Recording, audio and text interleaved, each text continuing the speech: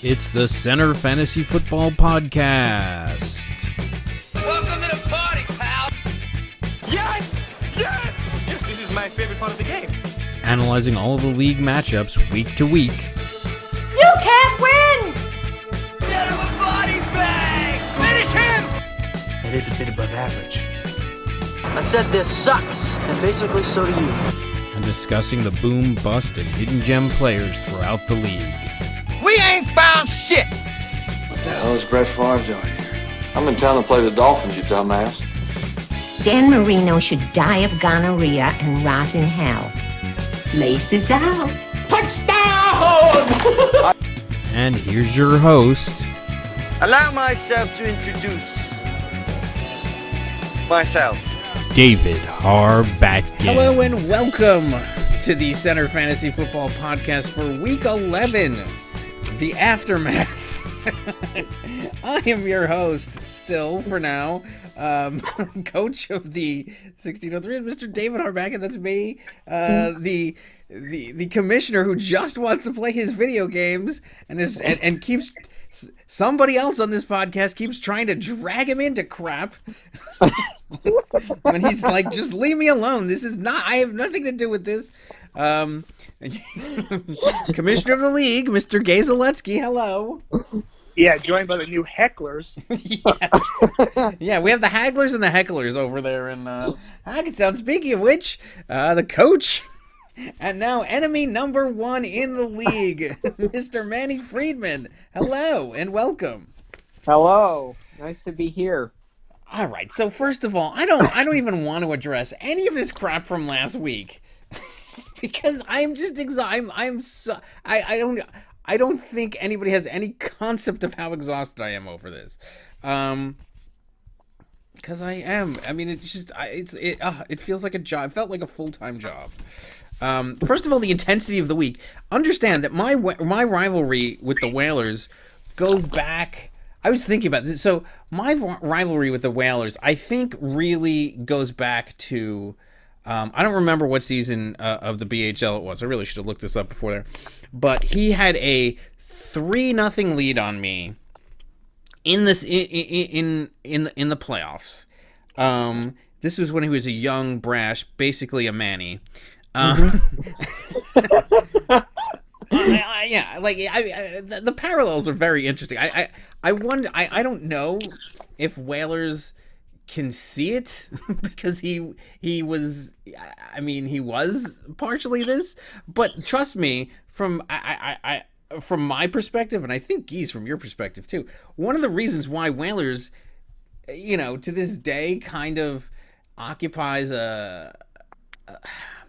not an actual villain role, but like why he's viewed in the light by me and Geese and why we tease him the way that we do is because he came in gangbusters like you and was like, he was this young, brash guy who was like, I don't care about you. Get out of the way, you old farts. What are you, seniors? I don't give a fuck about you. I'm going to come in here and fucking dominate you. And we're like, who the fuck is this? That's me. Yeah, and then what made it even more angerifying was that he won. He had very early success. He didn't win his first season. No, he didn't, because I think Geese, you held on for like one last one, but then he won 3 in a row, and then that was and then dominated from that point. Well, I am going to win the first season. I don't know about that. I mean, that's pretty bold talk from somebody who didn't score 100, where not only, so first of all, everybody who's chasing you with their knives out scored like 50 to 70 points more than you, but all of your opponents, I mean, Nick and Jamie, you do have a rematch against the Garbage Barge, who's no longer a Garbage Barge. They scored 100 and what more than you? I don't know. 153. I don't know if this schedule is gonna, I don't know if the 90 points is gonna do it with everybody in their having their knives out and probably doing shenaniganizing moves just to get you back that are just within the bounds of the rules, which is what I was arguing anyway. But I'll address that in a second. I perform to the level of my competition. If my competition is going to be fierce, I'm going to perform up to that standard. Don't you worry. No, I know. You totally performed to that standard in week 1. Anyway, the point is he came in. So my rivalry with the Whalers. So it goes back to the series. He was up 3-0 in that playoff series. And I was left for dead. And I somehow managed to win in overtime in Hartford. In Game 5, Steve Larmer scored an overtime goal, and then suddenly, okay, we were back in it. Maybe it was 3-1. I don't remember exactly. But I do remember the Steve Larmer overtime goal to keep it alive and force it back to Jersey for a Game 6. So maybe it was 3-1. It must have been 3-1. And then Game 6, he had a 1-goal lead with like 50 seconds left. I won the face-off, and then it wasn't even a shot. It was almost like a pass that just went through the goalie and went in. This is all in NHL 96. Since you're so young, you don't even remember this. This was on Sega Genesis, and there were a lot of glitches. Anyway, Sega Genesis was a video game system for the youth that's on this broadcast. So I tie it. It goes to overtime, and mind you, a crowd is now developed for this. Like, there was Matt Sabres there, and everybody is kind of in the back and mulling about, and they're like watching this unfold. And then I bring it down. In overtime, I pass it kind of off the goalie. The rebound goes to me, and and it goes in, and we win, and now we're going to a Game 7, and the crowd in the room erupts, and Whalers pressed pause, stormed out of the room, I guess calmed himself down because he was getting caught up in the emotion, and came back and kicked my ass in Game 7 and ruined what was, but I think by 1 goal. I don't remember the exact score. It could have been by 2, with an empty net or whatever. But it was a very close game. It was a fantastic series, but this rivalry between me and him goes all the way back to that. So, there's a lot of emotion involved in it to begin with. Then you add my shenanigans on top of that. Now, I have thought about this actually long and hard over this week. First of all, I wish I had not done it. It is 100% not worth it. It may only be worth it for the lesson that I've learned to not do this anymore. But it was greedy, it was unnecessary, and I get into just a back and forth, a deserved back and forth, or not even a back and forth, just a pile-on over Brian Hoyer. It's just not worth Brian Hoyer and Garoppolo, who was worth 11 points. And I will let you fend for yourself when you need to hire a set of bodyguards for this. But I will say this. I actually did not. Well, I don't even want to say that. But I didn't collude. But I walked up to the line and didn't cross it. But this is one of those situations, to quote, or at least paraphrase, The Hangover. It's not illegal, but it's frowned upon, like masturbating on an airplane. That's what this was. It should be frowned upon. I get it. And once he made the argument to me, it's bullshit or whatever, and I'm like, yeah, I get it. But when you put me in especially a lawyer, and not a bad lawyer, mind you, I hate practicing, but, a lawyer, and you accuse him of crimes, especially as I have been accused of insider trading by Lombard, all these ridiculous things in the past, you're putting me in a defensive posture, and I'm going to argue the law to the teeth, to the umpteenth degree with you. But if you say to me, come on, man, yeah, it's bullshit, I'll go, okay, that's fine, you're right, let's undo it. And that's eventually what happened. So my only advice to everybody else is, don't come accusing me of stuff, especially of improper motives, when it's really not there. You would actually be surprised at how far I go to not cross the line. I go up to the line. I go up to the micrometer of the line, but I try not to cross it. Trust me, I'm right at the line. I know. I'm like Belichick without the success in terms of reading the rules. I know things about Yahoo from reading manuals about it that nobody does. Like, for example, that players get dropped at 11:59 on Tuesdays. But whatever, I get accused of having insider information, which I don't, because that would be cheating, and I wouldn't do that. Anyway, and then there was the thing on Sunday, the post on Sunday, and so first of all, most of that post, so part of that post, it was all satirical, and I thought it read as satirical, but halfway through the comments, I realized, oh shit, Whalers thinks that I'm being really legitimately serious with this. And if you read that as a serious thing, yes, I sound like a tinfoil hat lunatic. And to his credit, he, I think I said something like, I know I criticized the WrestleMania man, one of my favorite things to do in this, saying are you like the WrestleMania man? You can't decipher between what's reality and not. I think that made him realize, oh yeah, first of all, I'm playing the character that I'm half playing right now. A lot of this shit is for entertainment. A lot of this shit we all kind of play caricatures of ourselves in the context of this league.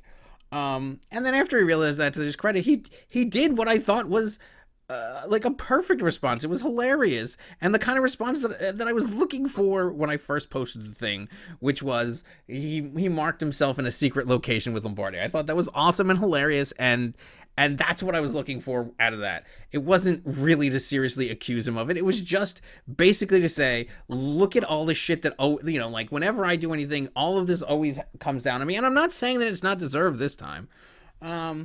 It certainly was not deserved with the Lombardi one earlier in the season. But it was to say, yeah, this is what it looks like when you hurl wild accusations. And even the wild accusations in terms of this. Was it bullshit? I admitted that to begin with. I did, and I know that it was. Was it illegal, and did I collude? And so this gets to my other point, Mr. Friedman. Which was what I was also trying to call you Mick Mulvaney. Everybody's on the page of going, it's no collusion.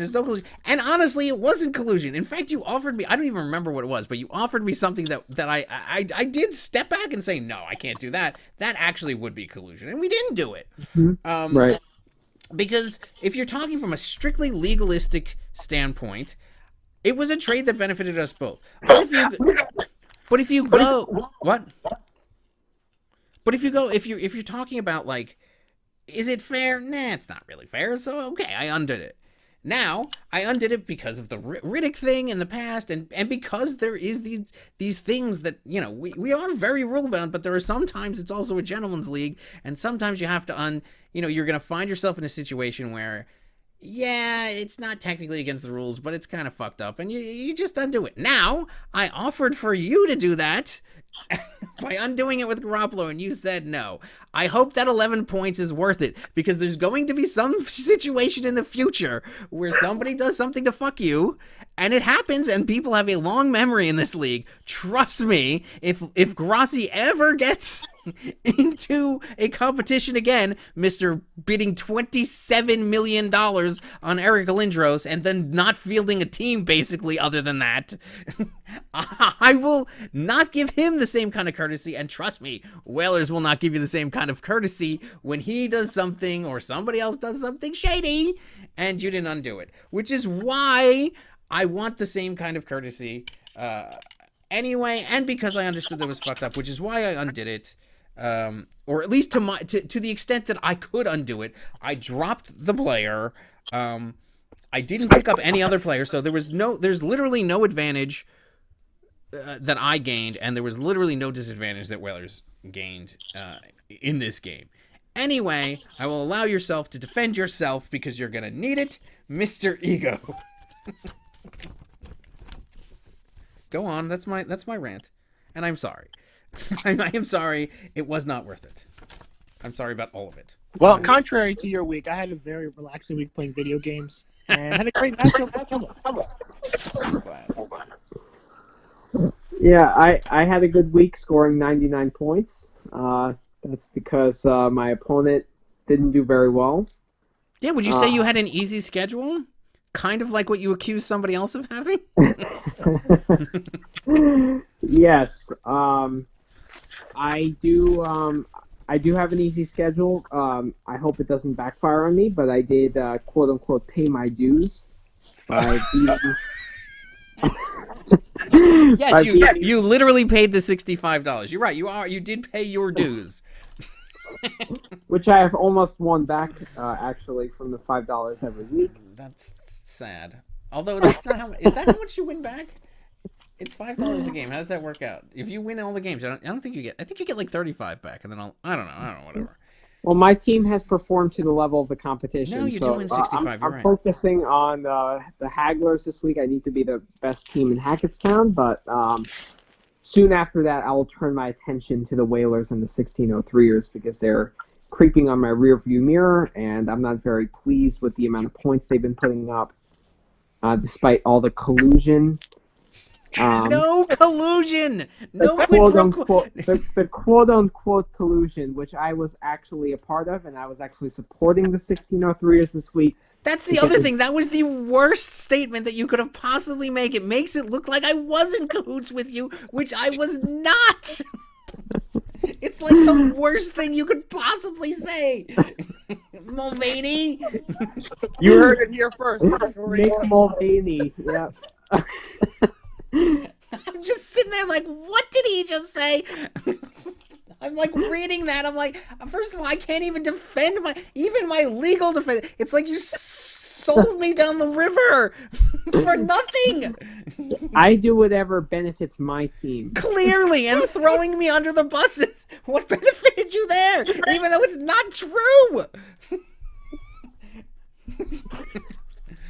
Oh yeah, we collude all the time. It's like what you're saying right there. Oh yeah, we make these kind of deals with Ukraine all the time. Giuliani's on my payroll. What are you talking about? Fraud Inc. Oh well, my God. according to the Whalers, it's all fake news, so it doesn't matter. That was also his comment. That was him finally realizing that it was supposed to be funny and him being funny back.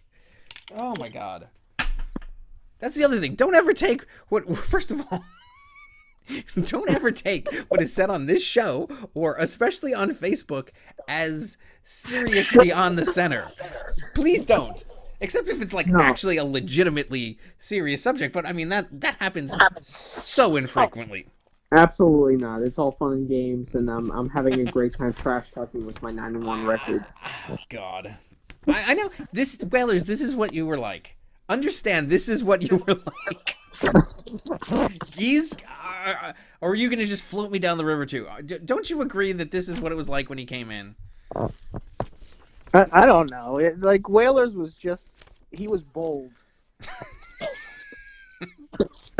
He was bold. It's the same kind of thing. And he was dominant in the beginning. Now, I don't think Manny's going to have the same level of success. I think the biggest victim in all of this is Eugene. Because now he's no longer public enemy number one. I know. All he has is the champ this year. The champ this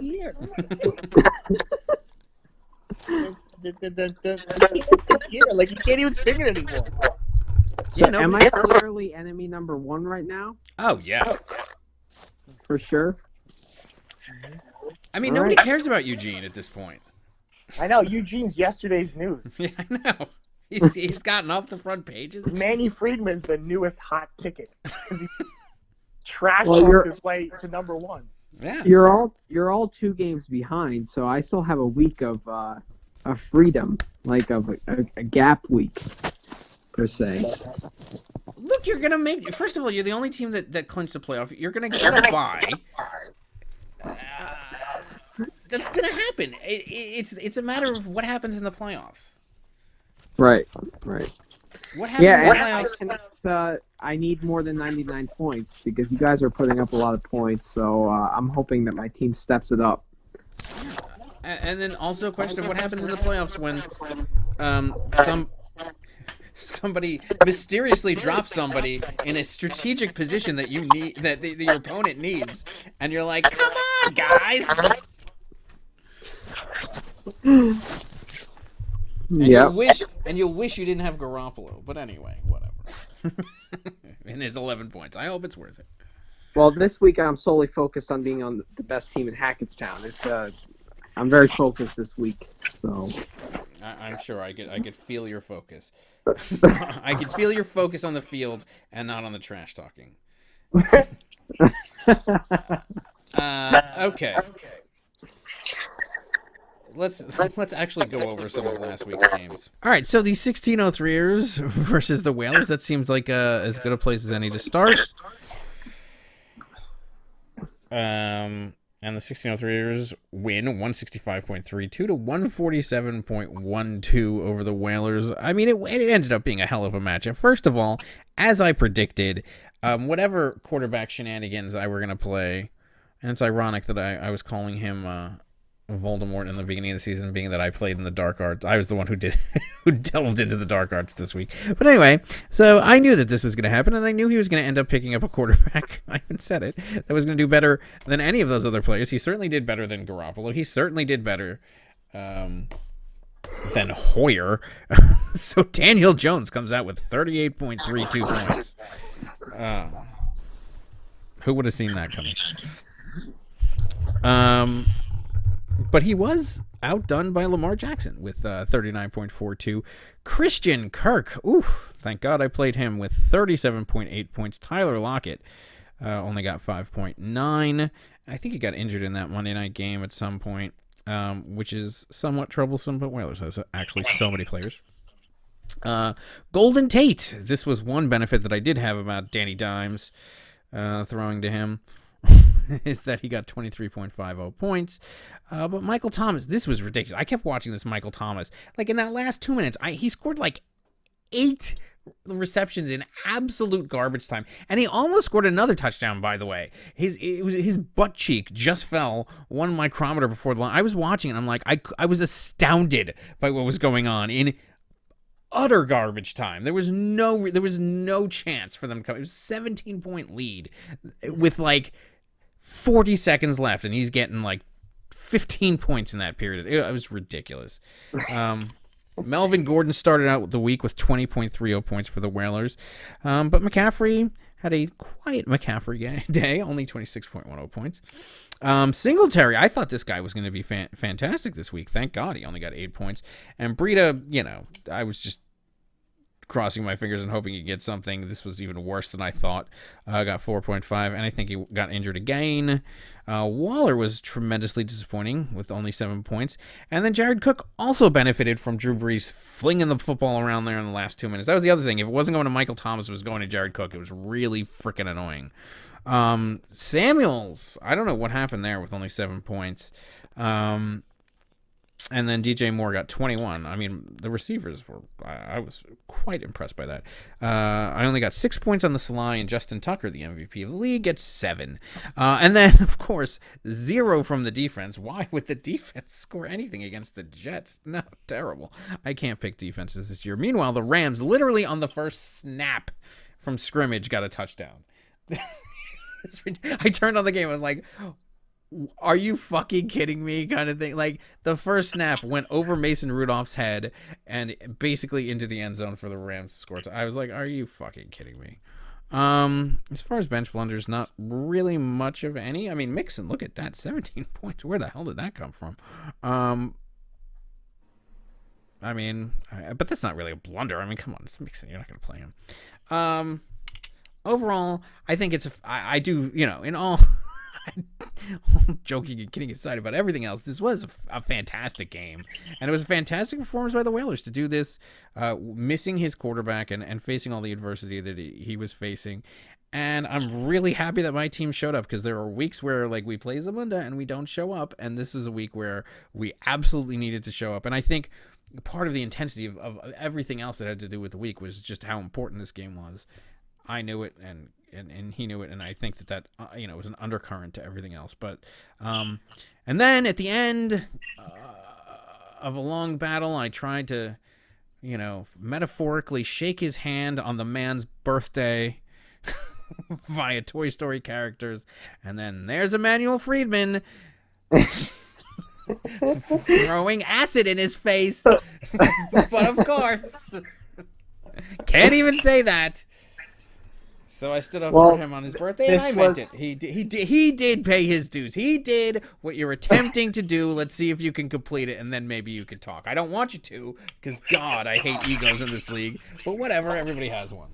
I just want a humble champ. Even Geese, when he was the humble champ, was talking about his defensive fantasy football. I'm not talking about picking up players. I'm talking about he was talking about his defensive fantasy football in terms of his team making the other team not score a lot of points. That's not defensive fantasy football. That's luck. He's like, no, that's defensive fantasy football. Whatever. Nobody's humble. I think Nick and Jamie are the most humble team. The Garbage Barge is the most humble champ that we've ever had. Maybe Shauna. Well, usually I value humbleness, and I like. I don't like the. I don't like the millennial mindset very much, but in fantasy football, all that goes away. So, yeah, I know. No millennials like the millennial. No millennial likes to be labeled a millennial, yet they all are. Whatever. Well, I have to say this was a fantastic matchup, and I was at work while this was going on, and the first time I checked it was at like 3 o'clock, and I saw it was like 130 to 125, and I was like, holy crap. And the first thing I looked at was the quarterbacks, and it was amazing that Daniel Jones actually matched Lamar Jackson, which was incredible. So excellent coaching by the Whalers, have to say, but still came up a little short. I actually experienced with Geese what you were talking about the week before when you were playing him, and it just felt like this guy will not stop. Like, where is this coming from? You know, like, it was the same kind of thing that I was just like, are you kidding me? How is this happening? How does he keep coming at me? Like, I thought, you know, and I mean, he's a good team. Like, and this is without his quarterback. He's a good team. I don't want to face him again. I hope he just honestly. If Lockett didn't get hurt and wasn't playing the 49ers, you may have lost this game. I know. There's a lot of things that could have caused me to lose. Yeah, there's a lot of things that could have caused me to lose this game. And honestly, if this was a different week, I very well could have or could lose against this team, especially when he gets his quarterback back. No, I mean, Kirk having 37 points. I mean, that's an anomaly. I know. Absolutely. I know. I'll take it. But yes, absolutely. We outperformed what we should have. Yeah. So, yeah. Geese, are you just going to completely not even touch this league? Not to walk by with the Hornets nest and hit it with a stick. But both of you had to do it anyway. And you're very lucky that there was a can of Raid nearby our back end. Because the Bees found another way out of the tunnel, and you still almost got stung to death because Daniel Jones did pretty well.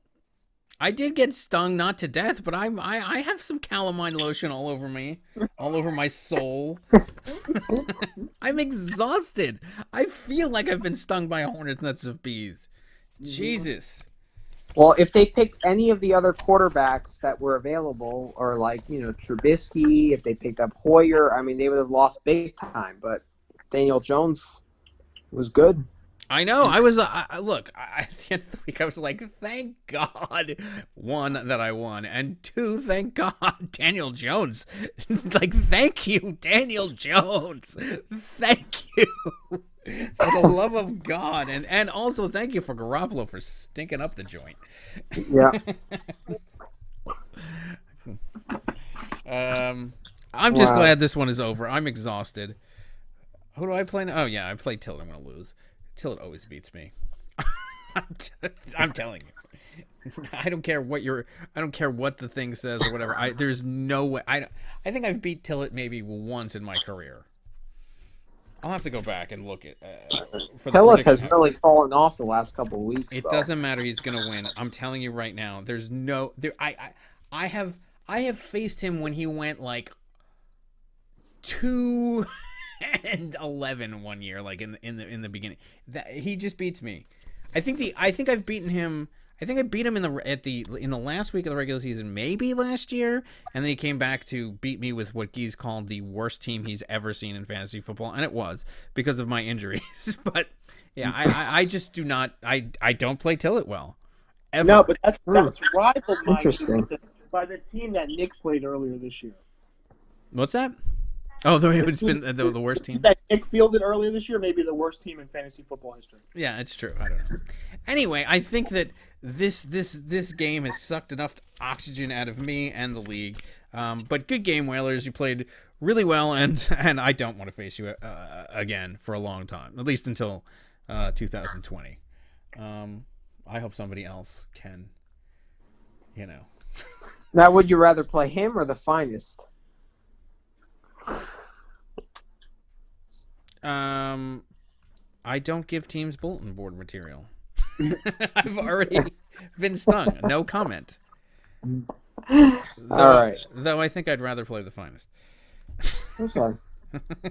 Although I don't necessarily want to play the finest like in a championship game, not because I fear them, but because I fear the repercussions of having the entire weight of the league on my shoulders, only to do what the 1603ers inevitably and always do, which is blow the big game.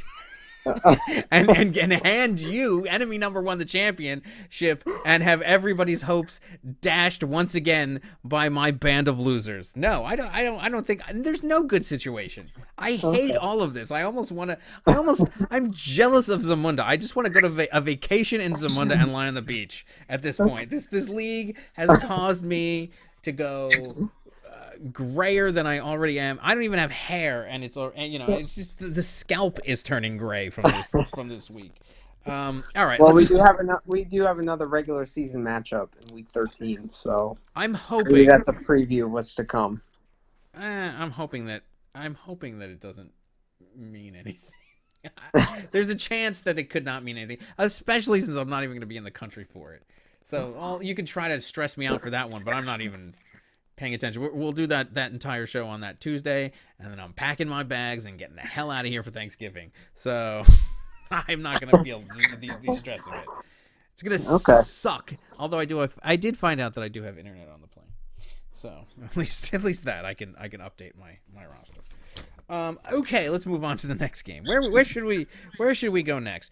Geez, you said you had a relaxing spa-like week. You want to go to your team? Yeah, let's go to the Tillett game, which I wouldn't say it was a walkover, but it wasn't nearly as stressful as you smacking a hornet's nest with a stick. Did you watch last night's game, by the way? I missed it. I slept through it. You're lucky, because you would have started to get really anxious towards the end. But anyway, go ahead. How many points can his defense? Obviously, they put up a lot. Yes, and they almost 18 points in a 27-24 shootout. Not only that, they almost at the end of that game, they almost scored a touchdown. Like the guy had an interception, and he almost ran it back for the Niners, to win the game in overtime. Now, it wouldn't have been enough to overtake you, but you add another 7 to that. It was enough to give you Pittsburgh-like stresses before that. But go ahead, go. I will allow you to. You should do the review of your game. Go ahead. Well, we had quarterback issues of our own. It ended up with Allen, who's just garbage. Anybody would play that guy. Are you going to play him next week? No. First of all, this Matthew Stafford hip and back injury shenanigans ends now. We can't have this. You were criticizing me a couple weeks ago. Your biggest hole is quarterback. We finally fix it, and then hip and back shenanigans. Yes, but Kyle Allen is playing Atlanta next week. Is that good or bad? I don't know. Atlanta gives it up like a prom date. I guess, whatever. So anyway, we were just yucking it up. I was listening to you guys just do your shenanigans on the Thursday game, in which Austin Eckler and Henry had 13. I mean, it was fine. I looked at Trey's lineup. Who knows? He's got some good players on there, but I was basically taking it easy this week. And then the game's just pretty much played out that way. From the beginning, I had a pretty sizable lead on Trey, and his players just seem lackadaisical this week, except for Greg Olsen, who pissed me off. That was pretty much it. I mean, he got Clam Crowder back. I was laughing at that, but I wasn't laughing at his 19 points. And then going into the final game of the week, I had a decent lead, and he's got the San Francisco defense. What could happen? But luckily, I slept through that nightmare because I would have been not too happy about that. So that's it. Yeah, the 130 to 115. It was a ho-hum game, but overall, though, it's not the score; it's the standings. Because had I fallen into the 4-6 log jam, that would have been a whole nother story. Because we got a lot to talk about with the playoff picture right now. Because the key people lost. So this is a bigger game for Tilla Trey than it was for me. Because had I gone to 4-6, oh my god!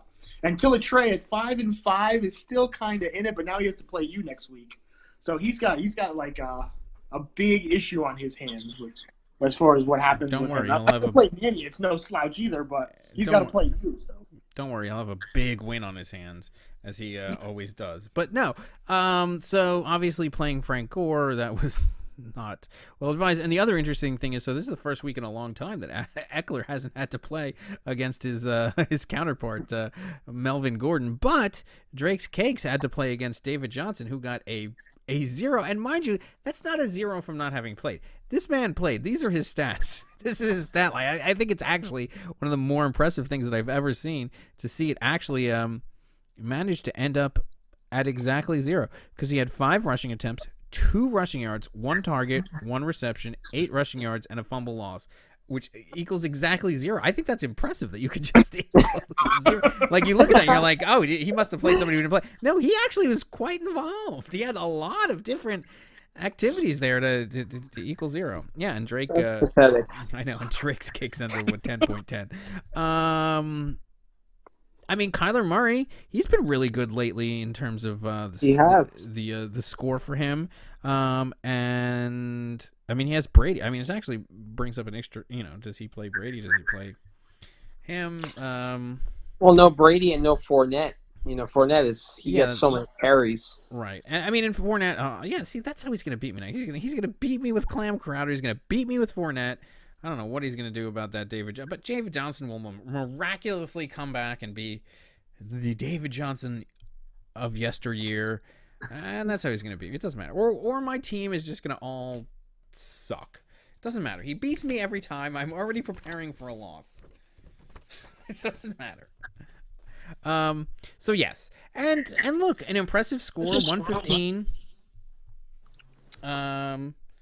Without all of those guys, so good score. But the Hagglers, without missing your quarterback, and actually the ironic thing is just all this stuff is going on with the Hornets, Nets, and Whalers and everything. But you were actually one of the ones. I mean, you didn't lose, but you were hurt by 1, needing a quarterback out of nowhere.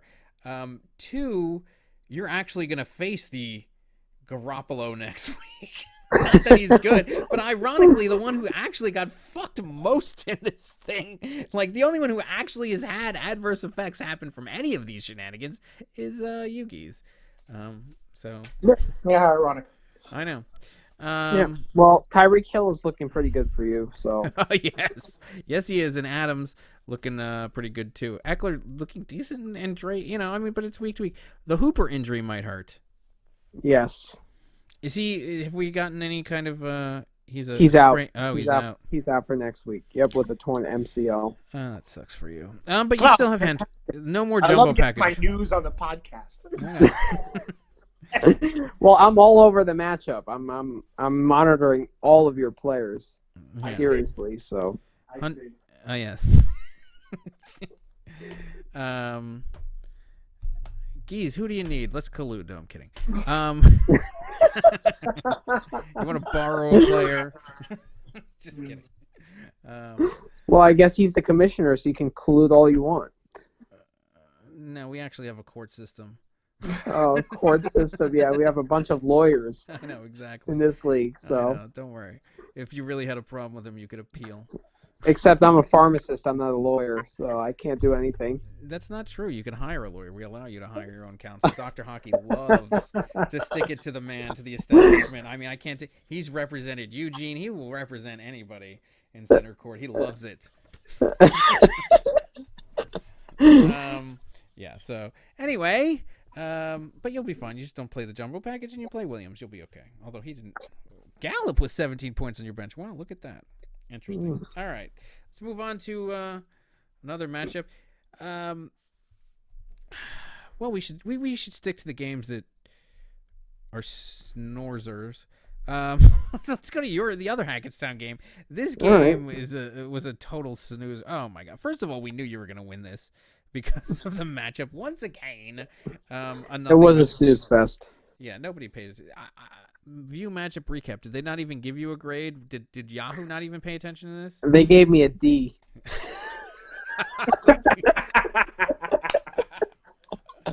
Okay. All right. Well, at least they didn't give you an F. Did they give Wakanda an F? No, they gave Wakanda a D as well. I guess they knew that he couldn't put up those points anyway. Okay. So. Well, there you go. Well, go over your. Go ahead. Go over your game. Well, honestly, takes a bathroom break. Honestly, I wasn't even paying attention to this game that much because it was just such a snoozer. But Cooper Cup got 0. Cooper Cup got 0. Mind you, he did play, and he was targeted 4 times. Yep, that was actually one of the players I was worried about going into the matchup, and to see that he got 0 points was very refreshing to see. The Monkeys traded him at the right time. Let me tell you. Not that Saquon has been lighting anything on fire, but he's at least getting, point. Yeah. I mean, my guys have been getting, nothing special, but, 10 points every game. And, the Emmanuel Sanders injury was not ideal. Gurley has really been a disappointment. I'm thinking of benching him. And the Kareem Hunt, Nick Chubb thing was very interesting this week, and it's not nice to see that they both got even points because now it gives me a dilemma on who to play going forward. Just play them both and sit Gurley. Yeah, I mean, unless you want to run with the Hackettstown Hagglers backfield, that's now the Hackettstown's finest backfield, as you've just. I need some advice from Eugene on what he's been doing with the Godwin Evans situation because I'm kind of in the same boat right now. I think you need some advice from Eugene on your PR moves, but. But go ahead. Well. I'm hoping that one of them slips on a banana peel so I don't have that dilemma, to be honest with you. Jarvis Landry had a really good game on my bench. He did. And Kelsey had a good game on your field, as did Samuel's okay. But yeah. He did. Yep. But, I hate playing so many Browns because that team is just such garbage, and Freddie Kitchens is just so stupid. So I don't know, who to play from that team. But it gives me, things to study up on during the week to see who I can play. The Indy defense wasn't that great either. I thought they would put up a better performance against Miami, but actually Miami has been picking it up a little bit lately. So Cincinnati looks like the clear team to Were you concerned at any point about Wakanda? I was not. I was honestly the week, right?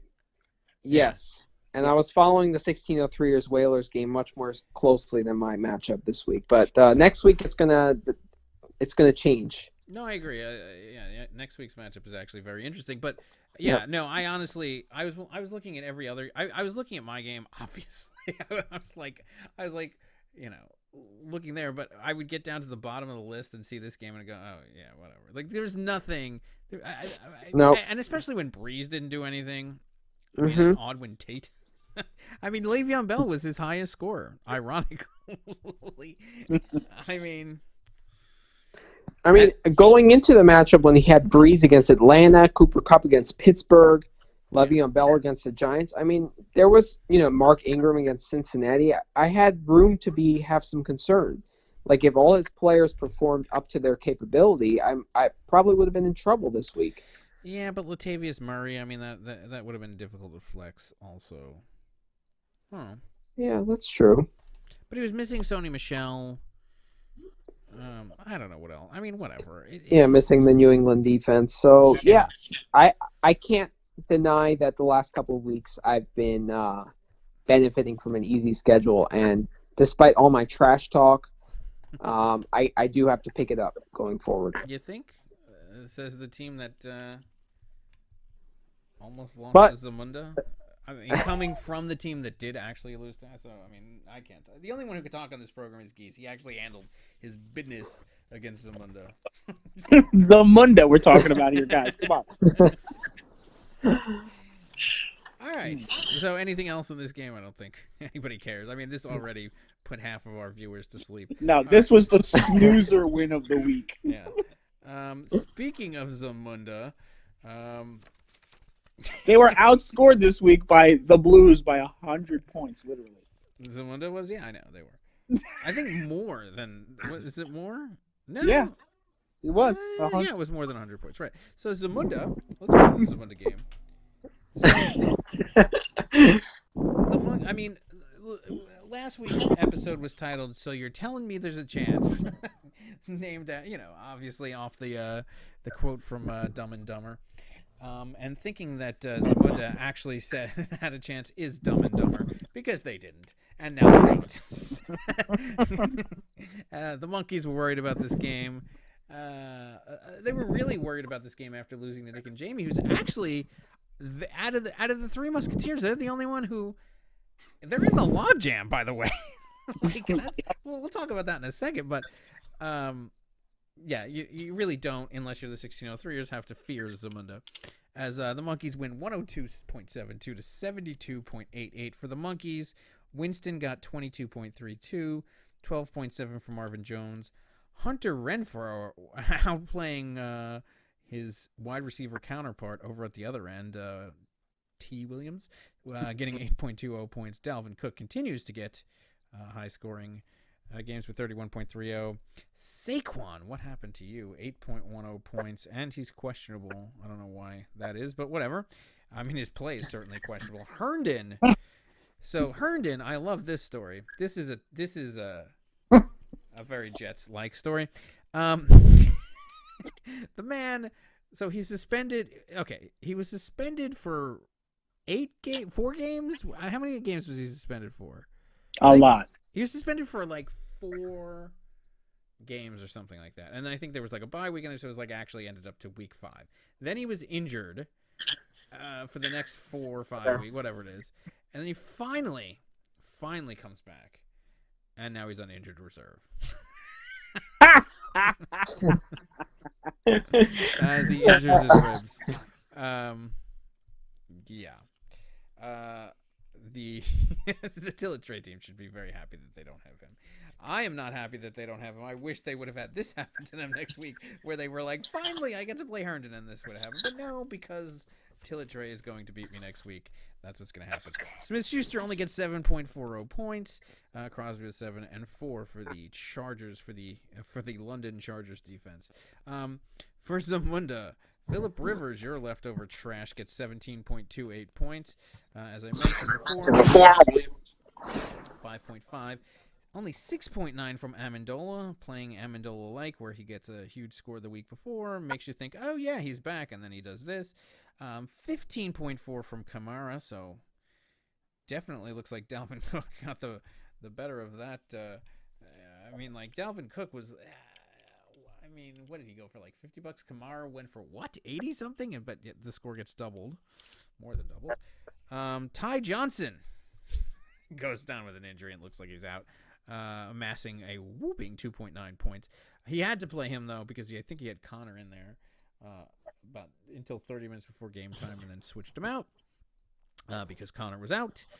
He picks up Gesicki, who gets double Herndon's points, but that is not much when Herndon's points were only 1.7, as 3.8 is not a great tight end thing. But Nicky baby, I mean, look, I actually saw this one on the cryo chamber report. He was trending there, so I know why Nicky baby picked him up. But this is a typical Zamunda-like player. Watkins with 10.10. Carlson, Tucker Carlson, the kicker, gets 9, and and the New Orleans defense with 2. No points really on the bench except Prescott got 32. That would have made this game somewhat close. Literally everybody on the bench had 0 except for his 2 quarterbacks. Why he's carrying 3 quarterbacks at this point, I don't know. I don't know what's going on there. I mean, you could release the car. He's carrying a backup defense. He's loading up for the Trey game. Yeah, I don't know. I don't know. The Monkeys needed this win. The Monkeys would have. I mean, if the Monkeys had not won this game, it would have been. Well, first of all, that would have put. First of all, is Manny aware of the Trey bracketing? I don't think we ever explained to him what happens to the 6 teams that don't make the playoffs. I don't know. Are you? I'm not aware. So there's a consolation bracket. Okay. Which basically mirrors the championship bracket, but nobody pays attention to it. Okay. And then the last place game. So historically, this goes back to the BHL games. So like the champion got the semi cup, which was like a Stanley Cup replica, but we made the losers play for a tray that we stole from the cafeteria. From the dining hall called Tillet Dining. Yeah. That's who Tillet Trey named his team. Yeah. Oh wow! Because he was this disgusting grime-covered Trey. Because he was always terrible. He was always playing in the Trey game, which is why he named himself the Tillet Trey team. And so he would always play for the Tillet Trey, and and that was what went to the last place team was the Trey. You had to be stuck with the Trey. So whoever gets to the last place game plays in what we call the Trey game. So it's reverse bracketing. Yeah. So Interesting. Now there's no benefit to winning the consolation bracket whatsoever. I mean, maybe There's one no of these... chump charity. I mean, we don't even have. I mean, like, we would do. I mean, there's nothing to do. Like, what would we do? I mean, we don't even have a draft, so I mean, it's not like you give them draft position. Who cares about I mean, we can give them theoretical. If we want to vote on this next year, like auction position, like if you win the consolation bracket, you can you get the first nomination in the next year's auction. I guess maybe I don't know. Maybe we could do something like that, but yeah, there's no benefit to it. Nobody pays attention to you. Nobody cares. You just don't want to be the trade team, just because it's embarrassing. Nothing happens. It's not like one of those leagues where they tattoo you or where they do anything like that. Nothing happens. It's just you were the Trey winner. So when we make references that Nick is loading up for the Trey game, that's what we mean. Right, exactly. Trying to win the losers bracket. Exactly. All right, that makes sense. Whereas Eugene is still competing with him because that would be we've had every champ has first of all never won a second time and really played pitifully after their championship, but they have never won the Trey the following year. So this would Eugene's trying to make unprecedented. He's trying to win the championship one year and win the Trey the next year, like win the best of the worst the next year. And it's not even winning that game. It's not easy to do. It's losing the Trey game. You lose the Trey game. Oh, whoever loses the Trey game gets the Trey. So, right. But you have to make it there first. Mm-hmm. Right. So that's what he's trying to do, right? I see his genius. I see his work. Okay. He's like, if I can't win the championship, I at least want the Trey. So Eugene's been playing for the Trey all along. That was his draft strategy. That was everything. Now I see your genius. I know. Yeah, but I think that would be good. The winner of the Trey or the loser of the Trey game gets first pick in the auction next year. Oh, I don't think the loser of the Trey game should get it. No, because the loser of the Trey game is the biggest loser. They should get the last pick. Okay. Because All you're right. the biggest loser. No, if you win the consolation bracket, I think that you should get the first pick. I like that too. In fact, I would seed it based on your standings 6 through 12 should determine what your nomination position is. And if you're 12, except it should go 6 through 11, and then maybe then go 1 through 6, and then 12. The Trey winner. The Trey winner should just. They shouldn't even get to nominate almost. But okay, whatever. But none of this is ruled. We can try to pass this next year. So we'll see if it happens. As I said, first of all, if you propose it, you'll never get anything passed anymore because you're enemy number one. So it doesn't matter. You can propose free money and blowjobs to everybody in the league, and they would vote it down. And it wouldn't even have to be from you. It could be from hot people with lots of money, and they would go, "Oh, Manny's sponsoring that? No, fuck no, we're not doing it." So anyway, moving on to the next game. What else do we have? I don't know. I mean, we have 2 games left, and both of these are very interesting results that I didn't necessarily expect. Let's go to the Blues and Dave's Secret Crush. All right, so the Eugene. Oh, revenge at the law firm. Right, I know this is. I mean, you want to talk about a rivalry? This is a rivalry. Same office building, everything. Yeah, Eugene. He had his 1-game winning streak snapped.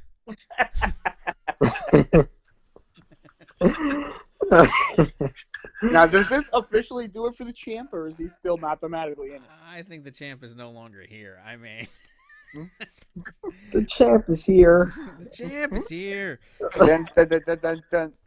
Well, let's see. His best possible record would be 5-8, right? Uh-huh. Tillett already has 5 wins, and they're the 6th place, and you have 5 wins. So his magic number to be eliminated is 1 win by either by the Hagglers or the Trey team. Either one, a win or a loss by Eugene will eliminate officially his team. Huh. Yeah. So he still, if he amasses a Herculean-like level of points and wins out, and everybody else loses, which I don't even know is theoretically possible because the Lightning Rods, the Monkeys, Nick and Jamie Wakanda would all also have to lose all of their games. as would Hackettstown and Tillett. So more than half the league would have to lose all of their games. Which is mathematically impossible because somebody has to win. Right. I mean, I guess there could be ties. If all of that happened, he could not be eliminated. He's eliminated. Anyway, so and he's done in by his office part. I mean, how satisfying has this got to be for Lombardi? I don't know, but I would have to think that Lombardi was sitting in that office when Eugene was going on his run last year, listening to it over and over and over, the yakking and the everything. And now he's the one who gets to put the dagger in him.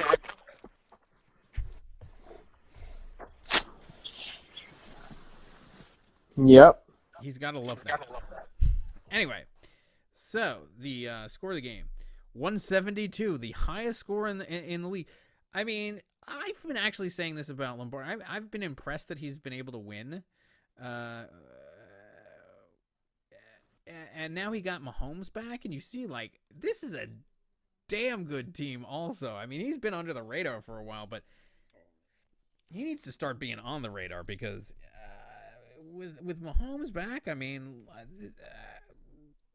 this is a good score. Now, a lot of it had to do with the defense, but still. So, Mahomes comes back, gets 35.84 points. Beckham, the original controversy, gets 10.7. 18. Is this Hollywood Brown? Yeah, Hollywood Brown. Yeah, you had him. Who I dropped. Yeah, what has Brown done for him lately? 27 for Aaron Jones. He had a bad week last week, but he rebounds this week with a phenomenal game. Tevin Coleman got 11.2. Now, a lot of that was in overtime. It was very... none of the running backs for San Francisco were getting really many points, but then, Coleman was the one who was getting the receptions there in overtime.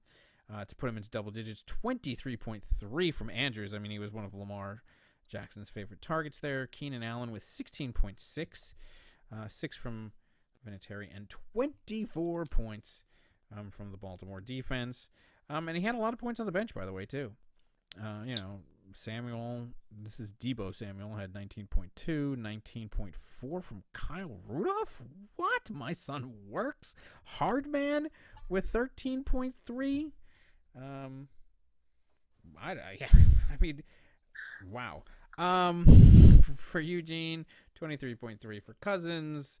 The Evans, Godwin, Sherrod. What did that net them? 25 points this week or something like that. 13.4 for Godwin. And only 12.2 for Evans. I mean, going out with a whimper. 31.7 for Amari Cooper, though. 19.1 from Carson. 19.1 also from Jacobs. I mean, that's impressive to have both of your RBs getting 19.10 points. Witten with only 3.7. 11 from Myers, the kicker, and only 2 from the Minnesota defense. He has Hawkinson, and that was the best one. Oh, and David Montgomery comes back down to earth. The vaunted trade bait David Montgomery with only 6 points. Yeah, but Lombardi has to be. I mean, he's got to be riding high this week. Geez, are you still there? It helps having 2 of your top players playing Cincinnati. It does, certainly, but Geez, come on. You are there, right? Yeah, of course. Okay, so I mean, come on. What does Lombardi have to be like this week? I mean, he's the one who puts the dagger in Eugene after all the one. I mean, he's got to be. Well, conveniently, whenever Eugene goes on a long losing streak, he's at the bottom.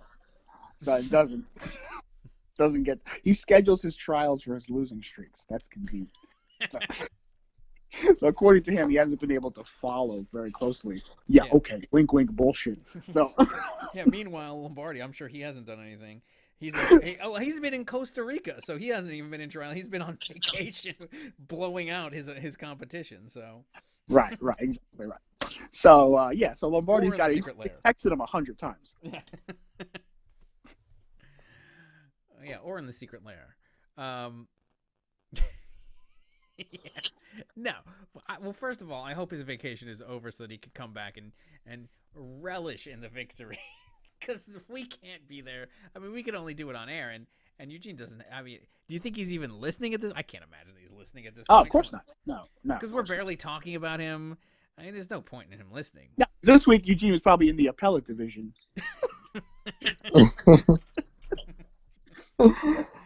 And then when the trade comes around, he's in the Supreme Court. So, he's a very busy man.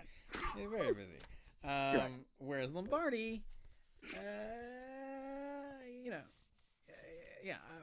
I'm assuming that Eugene might have just taken a vacation this week because he had his 4 weeks of trial. Now he needs vacation. He needs to go somewhere else so that he can avoid Lombardi and having to hear about this shit. Way to go, Lombardi, though. I mean, Lombardi's this is why I wouldn't poke the bear if I were the finest, but whatever, I'm not. These teams are fucking good at the top, and they're hitting their stride. Yeah, it's a very top-heavy league. Yes, like a D cup. My God. Well, I mean, I'm not too worried about Lombardi if he doesn't have the Baltimore defense and Andrews going off. I mean, I don't think they're going to be that great if they're not playing Cincinnati. I don't think, and he has 3 Ravens. He also has Hollywood Brown. So, I mean, the only ones that I really fear on this team is Mahomes. Yeah, well, in the playoffs, in Week 15 and 16, he plays the Jets and Cleveland. Andrews does, and all of Baltimore. So, I don't know. Yeah, true. The Jets are kind of around Cincinnati territory in terms of their ineptitude. So, yeah, true. So he could ride that. All right. Well, but he's still going to have Mahomes. I love how you play it all down when you get 99 points. We should go back and review your game again because I already forgot about it. I didn't watch it this week. I didn't even pay attention to the analysis. Why were you so bad this week?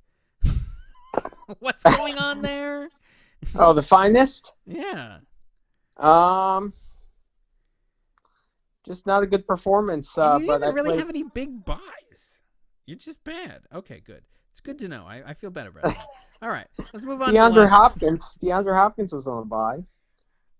Well, Evan Ingram was hurt. But here's the interesting thing about DeAndre Hopkins is that if you matchup-wise, if you play the Whalers, which I think he would love and loathe, he has Deshaun Watson. Yeah. Not a good performance. I benefited from a easy opponent this week, but it's going to pick up. Don't worry. I play to the level of the competition.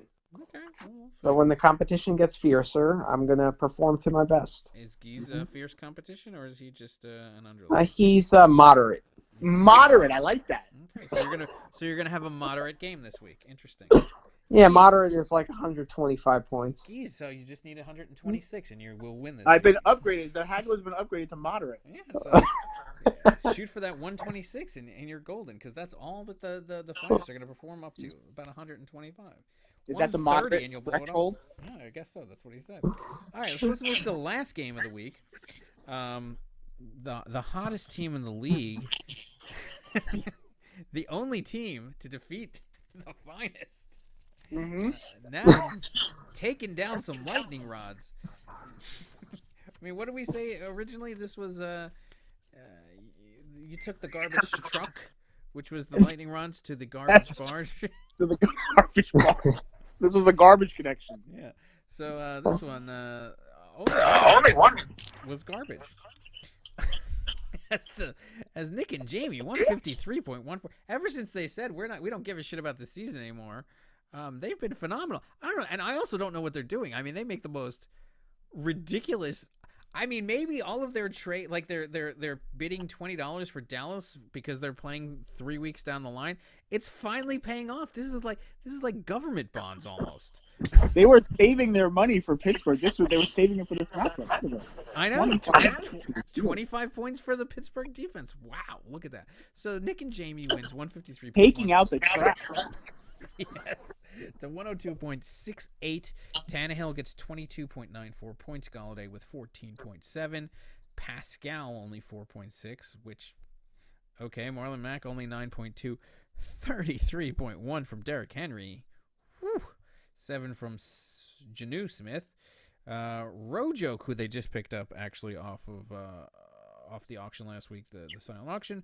22.6 points he comes in with. Not that there's anything wrong with that, gets 14 points. And then, as you mentioned, 25 for that Pittsburgh defense we picked up 3 weeks ago. I mean, that's impressive. For the Lightning Rods, did they have a lot of buys or something? What was going? Yeah, they did have a lot of buys. But all right, so Russell Wilson with 19.58 points, 7.9 from Diggs. He's really fallen off, it seems. 16.5 from Robert Woods. Elliott with 8.3, 13.7 for Tariq Cohen. That seems to be one of his better games. Ebron with 10.6, 2.1 from Robbie Anderson. It seemed to all go to Crowder. 16 from Butker. Didn't he miss like a last-minute field goal this week or something? Yeah. And then the vaunted Chicago defense only gets 8 points. So, I mean, Nick and Jamie, we've made fun of them all season long, but they are 4-6. They are right in that log jam. Can you imagine if the garbage barge makes the playoff push? Back up the canal. They're not done yet. I know. Could you imagine? First of all, they're one game out of a playoff spot. I can't believe that.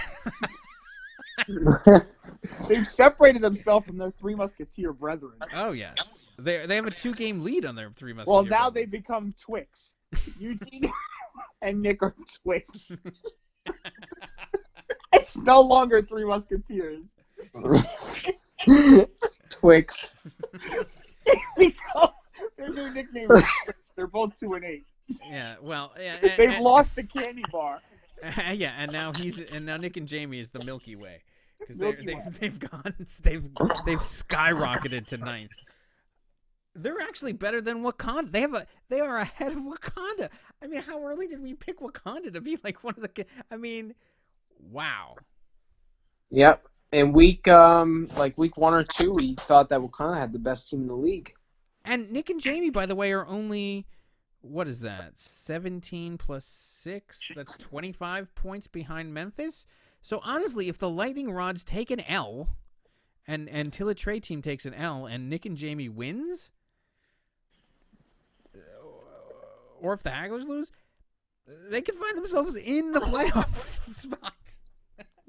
We could have a 6-way logjam for 6th place as of next week. And not only that, this would be the ultimate in irony, because then Nick and Jamie, the garbage bard, takes on Hackettstown's finest. The week after this, the one team that they beat. That's my revenge match. Yeah, or that could be their ticket to the playoffs. And then, even more ironic, if they manage to win that, then they get into the playoffs, then they get 6th seed. If they somehow beat the 3rd seed, who do they play? Hackettstown's finest again. I mean, I think the league would simultaneously orgasm if that happened. It would be crazy. You would see people with Nick and Jamie is my hero T-shirts. They would they would all buy tickets on the garbage bards. I'm telling you, there would be celebration across the land if that happened. I don't know. Honestly, it's not that far-fetched. It's not, no. I mean, what is who do they play next week?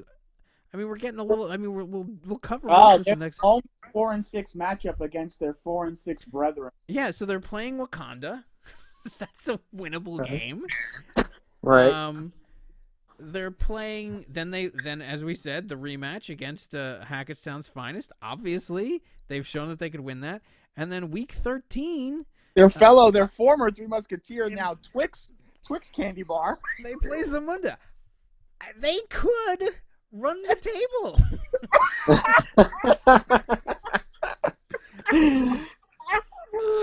I mean, how amazing would that be? So they would get the 6th seed, and then if they win their first playoff matchup, they could play me again. If they won their first playoff matchup, they would play you. By then, they would become Payday. $1,000 grand. $1,000 grand.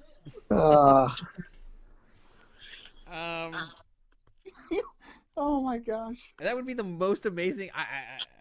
I just want to see it just for pure entertainment. Oh my god. Don't get that 3rd seed. Let me tell you something. That 3rd seed is playing a dangerous team. They're playing a team on a mission. Oh my god. Because the Monkeys seem to be faltering. The Lightning Rods, what is their schedule? I mean, they have a tough schedule, right? They certainly don't finish up against Zamunda. Let's just say that. Right. And they don't have a game against Wakanda. There's no reason to think that Nick and Jamie can't win out, which puts immense pressure on the Lightning Rods, the Monkeys, and Wakanda. And Wakanda's playing them this week. And mind you, the Monkeys have a really difficult schedule. I know that they play like the Whalers. I don't even know who else, but yeah, no, they have a really. And who do the Lightning Rods play? They play Zamunda, so they'll get the win this week. They get to have their Twix bar tomorrow next week. And then they play the Blues. Oof. So they play the Blues, and then they play the Whalers. What a brutal schedule. And honestly, that's the most. If you look at the standings, that's the most in terms of points. That's who they would have to. That's who they're not going to catch in points if they have a tie record. I put it down. I mean, I don't know what Tilla Trey's. So they play me next week, so they'll get the win because they always do. And then I think they do have. Who do they play after that? Because they need one of the two of you to lose. A bunch. So I mean, and this puts even more pressure on Hackettstown, the Hagglers, this week to win because you have that week against me where nobody's playing for you, like absolutely nobody. So you're probably, and I don't like to predict wins for myself, but I mean, let's be honest. So you're probably gonna have a loss there, which will drop you down to Nick and Jamie level. Yep. And at that point, it's a point. I don't know. So Tillett plays Dave Secret Crush. So they play me, then they play the Crush, and then they play the Monkeys. I mean, they could win out. So I gotta say, Hagglers, your season might be on the line this week. Because if you don't win this week against the Finest, Nick and Jamie can overtake you. How ironic is that? Yeah, the garbage barge is feasting in Hackettstown. I know. I would prepare a lot for this week, please. May the force be with you. All right. Look. What? Look, we're ready to go. You don't have to get us ready to go and riled up for this Hackettstown rivalry. There's plenty of fuel already in this one. I've had to listen to Manny and his shenanigans every Monday that I've gone into work since September 5th. He's going to be singing a new tune. I'm going to say to him, what happened, buddy? I've had to hear that same Groundhog Day repeat every single fucking Monday since September 5th. What happened to you, buddy? It's over at halftime. Yep, and our other coworkers are getting annoyed at how much I'm bringing up fantasy football. Oh, yeah. Get their names and addresses, and we will make sure to send them Nick and Jamie are my hero shirts. Oh, my God. I rode the garbage barge to a championship. Yep. 1995. Yep. 3 easy payments or 3 easy wins of 100 or more. We should get them on the podcast next week. I know we should. We should get them on this week. Let's see if we. I'll try to talk to Jamie. Let's see if we could have them on tomorrow. I invited Whalers on. We'll see if he goes on. It's his birthday, by the way, when we're recording this half at least. So happy birthday, Whalers! But yeah, if you are still welcome to come on and comment about any of this stuff. But if you don't show up, yeah, I'm definitely gonna put in a call to Nick and Jamie so they could at least be aware of the potential that they have to do well. All right. Meanwhile, you'll find out if we were successful after we come back right after this break. So stay tuned, everyone. All right, we'll see you right at the other end. Yep.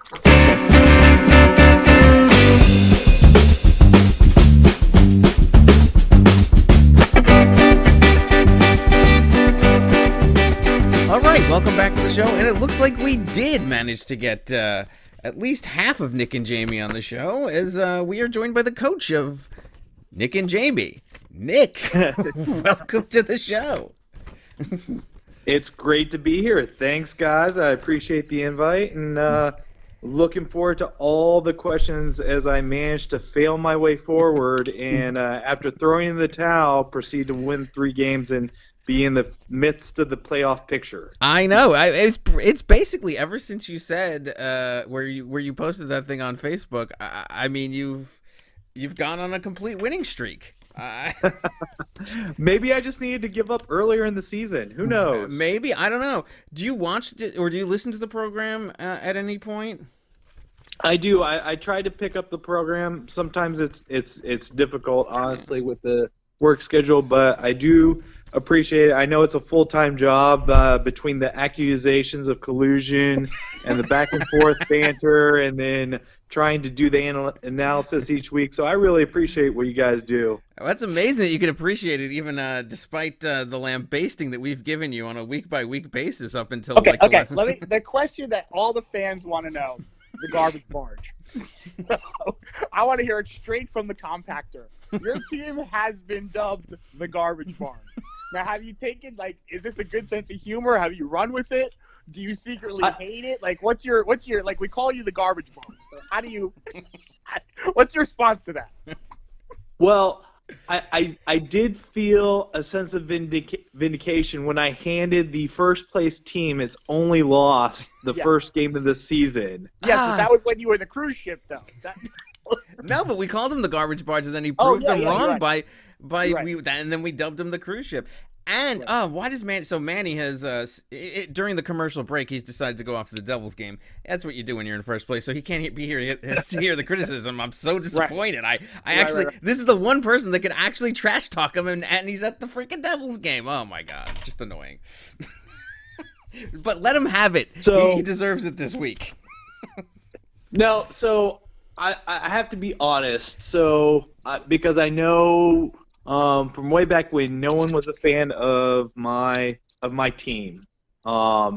So first off, when it came to draft night, I had a specific strategy, which, as we can all see, has not set me up for amazing success for this season. But I think it was a decent strategy. So when it came time to draft, what I was looking for was value. So I had in my mind, based on research I had done and reading that I had done, I had general dollar amounts for a lot of the different positions. And what I was interested in doing was more trying to put together a solid core of 5 or 6 people using about $150. So I was looking for a lot of players in the $30 to $40 range when it came time for the draft. And as we all know, with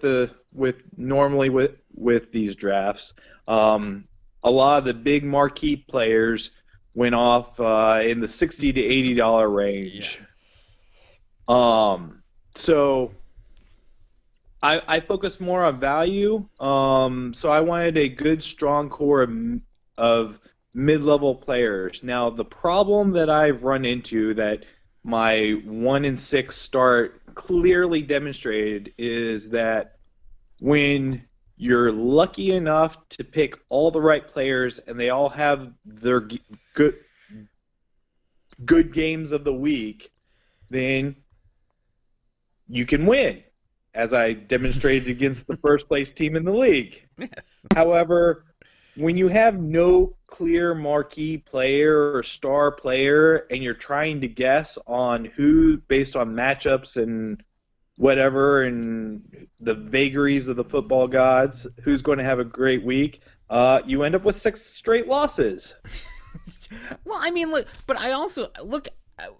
First of all, your not only your draft strategy, but your auction strategy, or the the free agent auction strategy. I mean, like, you were picking up defenses, which I mean, first of all, weeks in advance for like $20, like the Pittsburgh defense, which got you, what was it, 20? How many points did it get you last week? It was ridiculous how much. 25 points. That was 25 points. Yet you bid for them weeks ago. Like, how far in advance do you plan for this stuff? Because we were go ahead. Well, specifically with the Pittsburgh defense, I looked at it. I was looking about 2 weeks out, and then I noticed with the Pittsburgh defense that the way they end their season, they have a very soft schedule to close out the very, very beneficial outlook for the remainder of the season. So I figured that going with the Defensive Digest Weekly, I think I was going to pre-order a couple copies. I mean, try to get in on the ground floor and close out the season strong with them. I mean, you were the originator. Yeah, fair enough. Dude, I was just about to bring that up. You were the first subscriber to Defensive Digest. Yes. So yeah, I know that $20 is a heck of a lot to put on a defense, but I figured it was a plus matchup for that week for the Pittsburgh, and I wanted to make sure that I picked them up, especially because I was looking at holding them through the rest of the season. So I went ahead and spent the $20 to make sure that no one else could get them, and since you can't carry money from season to season, it doesn't matter how much is left in the end. Well, certainly that's not a philosophy that some teams subscribe to. As well, I mean, what is? Well, I mean, the lightning rods. They finally spent a couple bucks. They have 181. Look at that. So yeah, you're absolutely right. So I was looking at your history yesterday. Me and Geese were actually looking at the history of your team. You 2 years ago also got in with like a 6-7 record. So this is not your first rodeo like this. No, but if you look back on that season, it didn't quite go straight to the garbage dump that this season did. Now, garbage barge. Now the lightning rods, they're the garbage truck that goes to the dumps. You're the barge that sails down the river. Well, someone has to take the trash out of the garbage truck and do something with it. Right. It has to go somewhere. Right. You're doing a service to the community. Right. But anyway, you are very well set up. We were just talking about this. You could be the Hagglers of a couple seasons ago, a team of destiny. Nobody was looking at you. All of a sudden, you get hot at just the right time. You sneak into the playoffs. Nobody's looking at you, and you take everybody by surprise, and you go all the way. I mean, you are set up for that right now. You realize that. Yeah, I still suffer from the solid cast, but not all-star cast. I mean, let's be honest. Like looking at my quarterback situation, Tannehill is my number one guy. I mean, who wants Tannehill as their number one guy? I mean, I almost picked him up actually the week that I think I picked him up and then dropped him, then you picked him up. And he's not been bad. That's the thing. No, he's been solid. Again, it's like the rest of my team. He's been solid. I mean, Derrick Henry, I mean, he started out really hot, then he like cooled down a lot in the middle of the season, but now he's really hitting his stride. I mean, he's getting massive amounts of points. Mac is not bad at running back. I mean, his last week's score I don't think was fantastic. No, I picked up Jones last week and he just went off. Right. I mean, but he still got 9 points. Joe. Yeah, exactly. Rojoke out of nowhere. He 2 weeks in a row. 16 and 22. I mean, like your team is not like. Do you think that? I mean, this kind of gets to Geeze's point. Like, obviously, anything I do is scrutinized under a microscope. Just because, first of all, I'm the host of this show. You could take a shot at me, and it gets some promote. And I'm going to talk about it, so there's entertainment value in that too. I understand a lot of that. Some of it I'm bitter about, but most of it I take in stride as a joke. Whatever. But and Geese too. He has the same kind of thing. I mean, how many weeks did we go about the Le'Veon Bell thing a couple years ago? Meanwhile.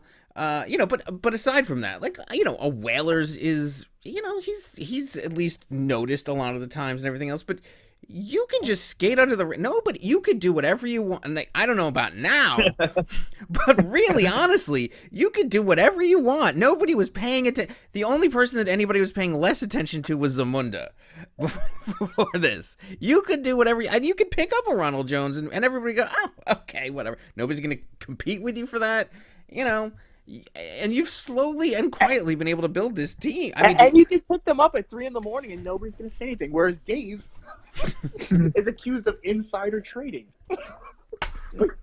Yes, exactly. Whatever you want. At 3:01, you can pick them up and nobody's going to say a word. Nick and Jamie, whatever. It's all good. Yeah. Do you think that you've benefited from just? But look, in seasons past, I mean, first of all, you're the first ever champ in this league. Yep. You've been perennial. I mean, I don't remember offhand how many third places you've had, but you have a significant. Have you missed the playoffs ever? I think 1 year we actually legit missed the playoffs, but I'd have to go back. Yeah, but you've been perennially successful in this league. I mean, this is the first time that you've actually kind of been off the radar completely. Did you find it freeing? No, honestly, I'd rather be on the radar because I'm solidly in the playoffs. But if it takes me being off the radar, just squeeze in, then I'll take it because everyone's interested in getting, well, at least the mercenary in my heart is always interested in getting $5 more if it's one more in the wins column. Well, yeah. I mean, the Jew in me feels that way too. But no. But I mean, all right. So you said like this year you were trying to get balance in terms of your strategy. Has that been your auction and draft strategy? Well, I mean, obviously not the draft strategy, but has that been your auction strategy in the past, or was this like a new thing that you were trying out for this year? It was really a new thing that I was trying out for this year. My thought was that I might get some lower tier 2 guys early on, but then after everyone had spent their money, I would have more pick. But again, as everyone who saves their money and doesn't like bid outrageous at the beginning learns, like, there's a reason why people pay money and they go off the board first. It's because they're going to score points. Yeah, Eugene learned that really the hard way, I think, this year. Even some of my value stuff like really has really not materialized. So don't forget, like, I also picked up Baker Mayfield because I bought into all the Browns hype, and yeah, that worked out really well. Right. And then you will notice if you're looking at my roster that AJ Green, that jerk, is still on there. At this point, it's become like a point of pride that I will not let this guy go. Like, honestly, I picked him up as one of my like sleeper tier 1 wide receiver that's going to pay off for me because people aren't going to pay a lot of money because he's hurt at the beginning, but he's going to come back after 5 or 6 weeks and really be a solid part of my offense. So here we are 10 weeks in, and maybe he'll play this week.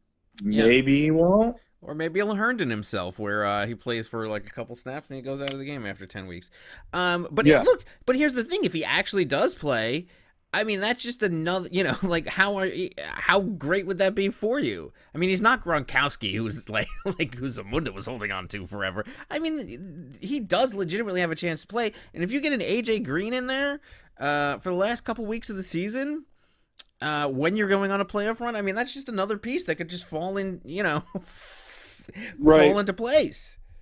Well, honestly, like the one, so as you highlighted, I've been really happy with the Mac pickup. Like that has been surprisingly, even for me who is looking for value, that's been a surprisingly good pick, as well as the Galladay. Yeah. Which now he has dropped some. I mean, against Philadelphia, who's the 8th leading scorer, he got a whole 3.7 points. Minnesota, like all the easy teams, well, not all the easy teams, but the easy teams, he's like, yeah, I'm just going to mail it in this week, guys. Yeah, I mean, he actually he seems to rotate with Marvin Jones Jr. Where one of them will have a fantastic week, the other one won't, and then it just goes back and forth. It depends. But I mean, the weeks that are great are really good. Really great. Yeah. So, where do you think your weak spots are? I mean, even your kicker's pretty damn good. I mean, where do you? I mean, I'm looking at this right. I mean, maybe tight end. Tight end. Like, I am not. I'll be honest. Like, the tight end that you see in there now, like if you're looking at it live, I picked him up all of 30 minutes ago because. I'm just looking at your last week roster, so I don't even know. No. So Tennessee's tight end got dumped because he's got on a bye, and I picked up Houston's tight end. Oh yeah, that's actually Fells. Yeah, I was looking at him. Good pickup. That is.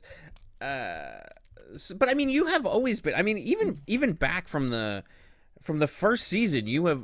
I mean, first of all, you were the originator of Defensive Digest, but in addition to that, you seem to have always been the team that does successfely what I feel Nick attempts to do. The other Nick, Zaveri, which is you. I mean, you were completely active on the waiver wire. back when in the first season.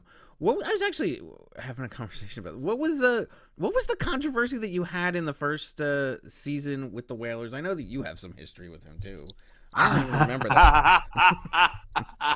Not to throw anything onto him, but I know. Look, he comes off as a saint this week, so if I come off as the asshole, but and that's fine. I accept that role. But I remember that there was some controversy there too. Let's remind him that he's not Saint Whalers. No, I'm kidding. So way back when, remember when the first season? So this was when we still had ad drop deadlines. So like after that season, we changed mid-season. So there was an ad drop deadline. His quarterback, both of his quarterback, his primary and his backup, were on bye that week. Mm-hmm. And ad drop passed, and I thought it was going to be a layup, easy win because you're like not even fielding a quarterback. And then there was a big, we'll call it a kerfuffle. And basically the rules changed. He was allowed to add a quarterback, and then I only remember who it was, but he just went off that week and threw like 6 fucking touchdowns. And like quarterback completely annihilated me, and it infuriated me because the rules changed midweek, not even like after the Monday night game, to allow a ad drops to go up until the time of the game, and the scrub that he picked up just happened to have like the game of his life. Oh, under Nick Zaveri's reign, look at that, arbitrary rules. Who would have ever questioned such a thing? Don't worry, I love Nick for everything that he's done for this league and starting it and everything, but I don't mind the current commissioner's reign over that.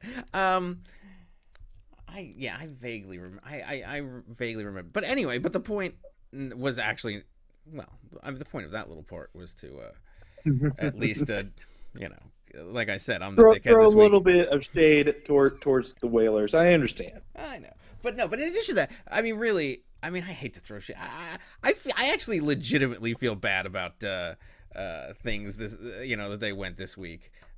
With Whalers, I mean, it was. I acknowledge that it was. As Mike Leon would say, there's no need. There was no need for me to do that, and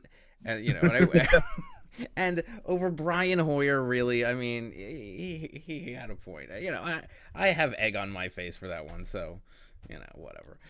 I mean, what are you gonna do? I feel bad. I'm sorry, Whalers, but the actual overlying point was that you have always been like an innovator in terms of like you mastered the waiver system back then. You came up with, I mean, you didn't come up, but you were the initial defensive digest guru. I mean, how much time do you actually spend on this kind of researching? Yeah. If I were to be honest, not as much as I would like. Because the first season, so part of it's just my jobs have been more involved since that first season. So the first season was easy. I was faking the funk as a pseudo college professor, so I could spend as much or as little time researching fantasy football as I wanted for the Army, teaching ROTC. So the Army has said, you've slacked enough, and has proceeded to gobble up more time than I care to admit as I try to rush home before, just for instance tonight, trying to make it home by 6:30 in order to take my daughter to ballet and fulfill my fatherly duties so that my wife can have a moments of peace and quiet. So I would like to actually spend more time, believe it or not, doing fantasy. Each week, I probably each week only get to do about maybe an hour and a half, 2 hours of research all told, of trying to scan stuff quickly whenever I get a chance. I think that's more than I do, though, to be honest. I mean, like, I spend way more than an hour or 2 hours on the league.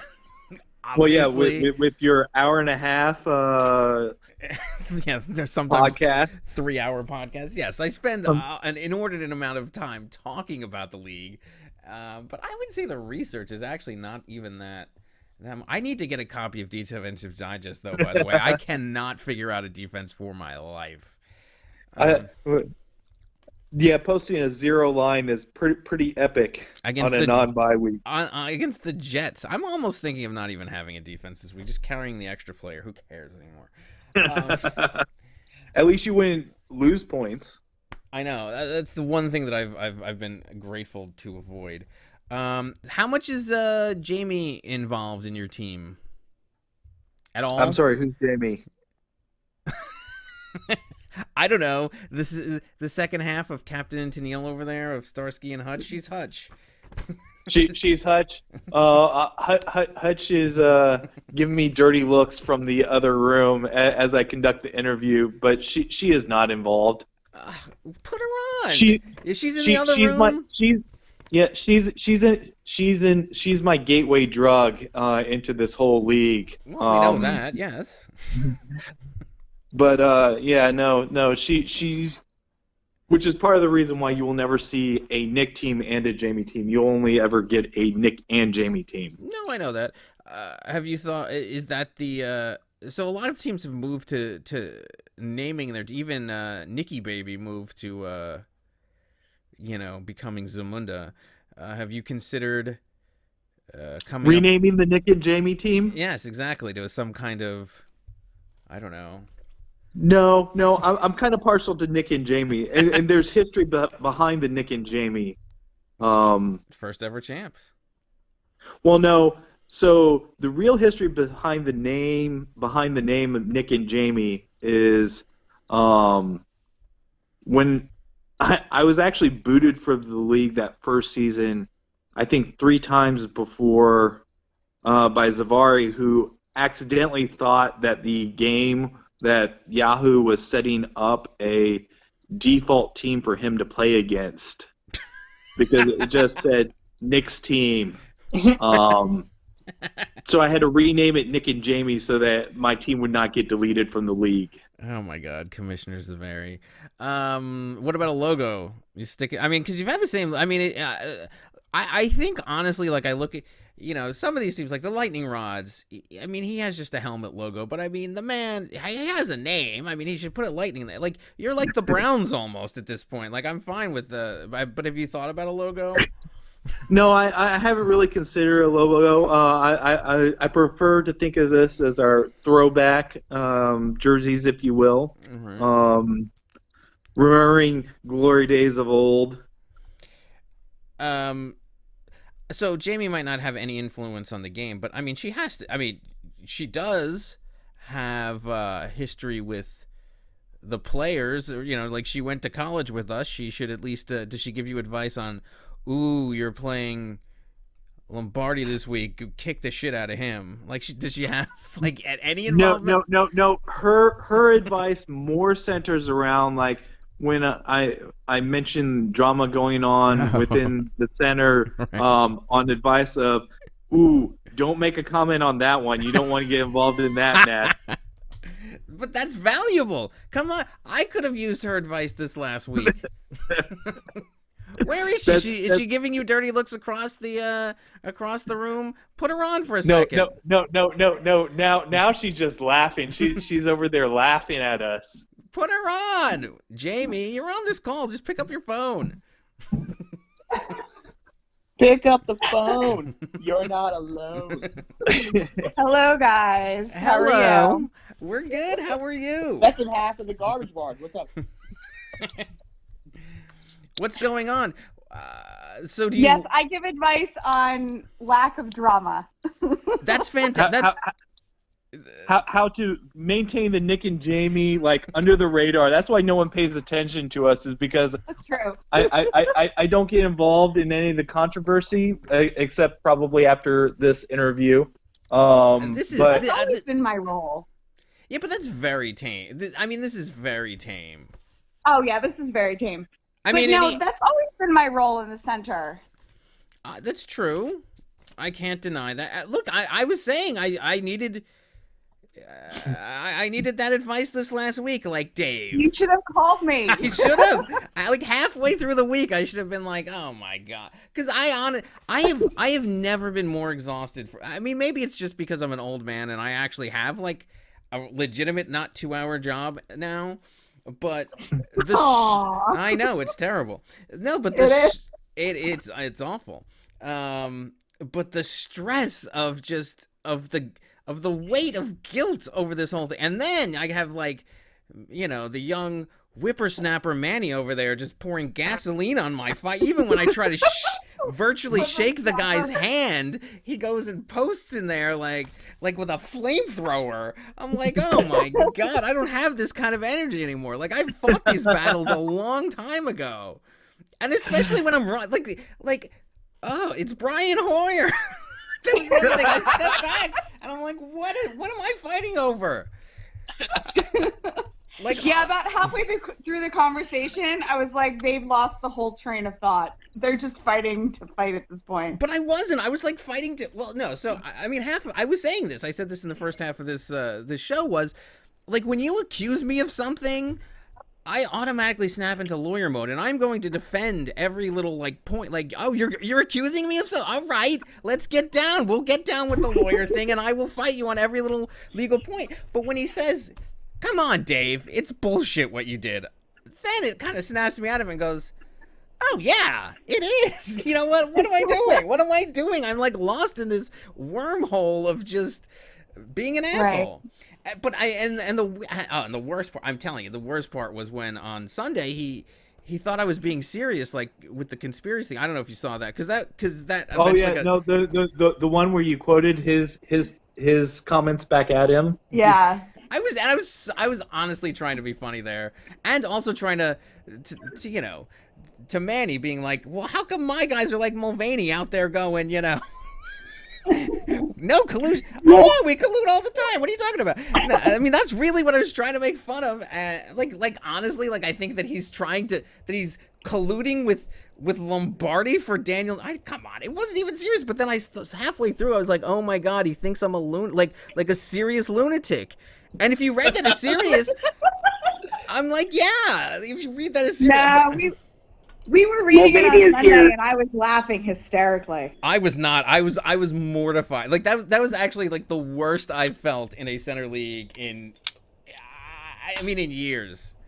I actually don't usually feel bad about what I do, because I know that because everybody realizes that a lot of this is, I think we all play characters. I mean, to some degree. I think this is our venue. I mean, we all. It's not wrestling in that anything's fixed, although if you ask conspiracy theorist Lombardi, I fix everything.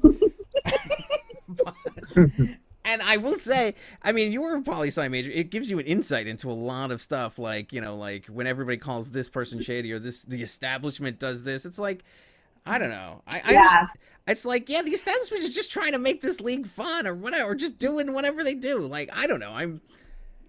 Most of this is just what people who like to make comments about our West Coast coaches fail to account for is like, what happens Sunday morning when you have a London game and you've got players and you're like, are they going to be hurt? Are they going to be playing? It's like, brutal. I have to get up. I get up at like 6 for those games because they're 6 in the morning. I think I get up at like 5:30 or it's 6 in the morning usually. I get up at like 5:30 in the morning on those games. It's brutal. It's brutal. Just so you know, we don't get up for those.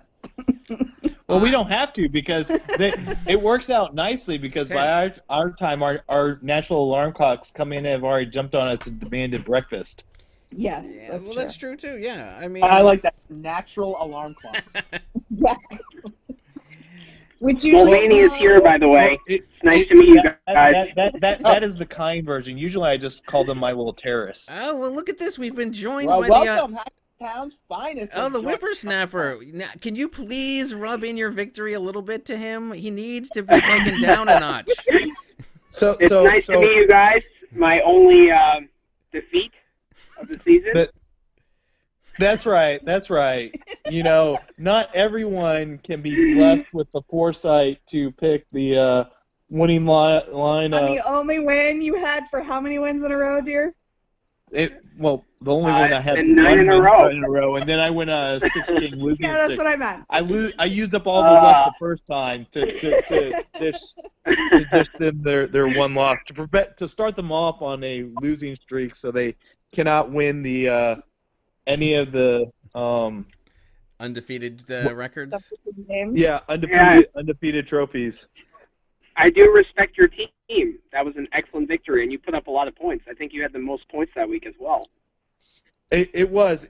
So as we said earlier on in the interview, my draft strategy was more focused on value, and I happened to pull the right levers that week, and then proceeded to guess poorly all the subsequent 6 weeks until I gave up, and then proceeded to start winning after I had thrown in the towel and called it quits on the season. So are you gonna? At one point did you start to refocus? Like, oh, wait a minute, this is not. There's some chance here. Has it even kicked in yet? Honestly, this is personally, I look at it. This is our make it and break it week, because I'm one game behind, but based on the point totals, which are the tiebreaker, I'm still sitting in, ninth place? Yeah, ninth place. There's both Lightning Rods and Memphis Monkeys are ahead of me in point total for the tiebreaker, so I really need to get one more win this week in order to really be, I feel, relevant. If I don't, then to even have a shot, really, I'd need to win out, and that would be difficult. But you honestly have a chance. You play Wakanda and you play Zamunda. The only other game is against Manny, who you've beaten before. So, I mean... The revenge game. And then on top of that, you might face him again in the playoffs. I mean, how sweet would that feel? Come on, that would have to feel sweet. Like, if he goes... It would just feel sweet to them because they're sick and tired of my trash talking. I don't think that they're that... I don't know. I won't put words in your mouth, but come on. I don't even think you've been fazed by him yet. I mean, you've been in this long enough, especially Jamie. How long have you been here? What does it take to phase you? Like a Eugene level? Even that can't really. No, honestly, to phase me, I haven't been, I think, truly phased. Probably since the Whalers, right? In season 1. Since the Whalers. Like, that shenanigans got me legitimately livid. Yeah, that's the only time you've been really upset. So I will say that I have not been stressful since the inaugural season of fantasy football. Yeah, see, so Manny, you have a lot of work to do on Nick and Jamie if you want to get under their skin. They're unflappable. They are. They just are. They don't. Yeah. And I think it's because of No Jamie's drama? influence. No drama. Yeah. No drama. No drama. They were out of it, and they're kind of finding their way back into form. So it's very respectful. They've done this in the past, though. I was saying not to this extent, but I mean they were the only team to make it at 6 and 7. You won 3rd place that year. I did look that up at least. Yes. And again, I think it comes down to a situation like we were talking about earlier. Like, if AJ Green decides to actually play, become a factor, that could be helpful.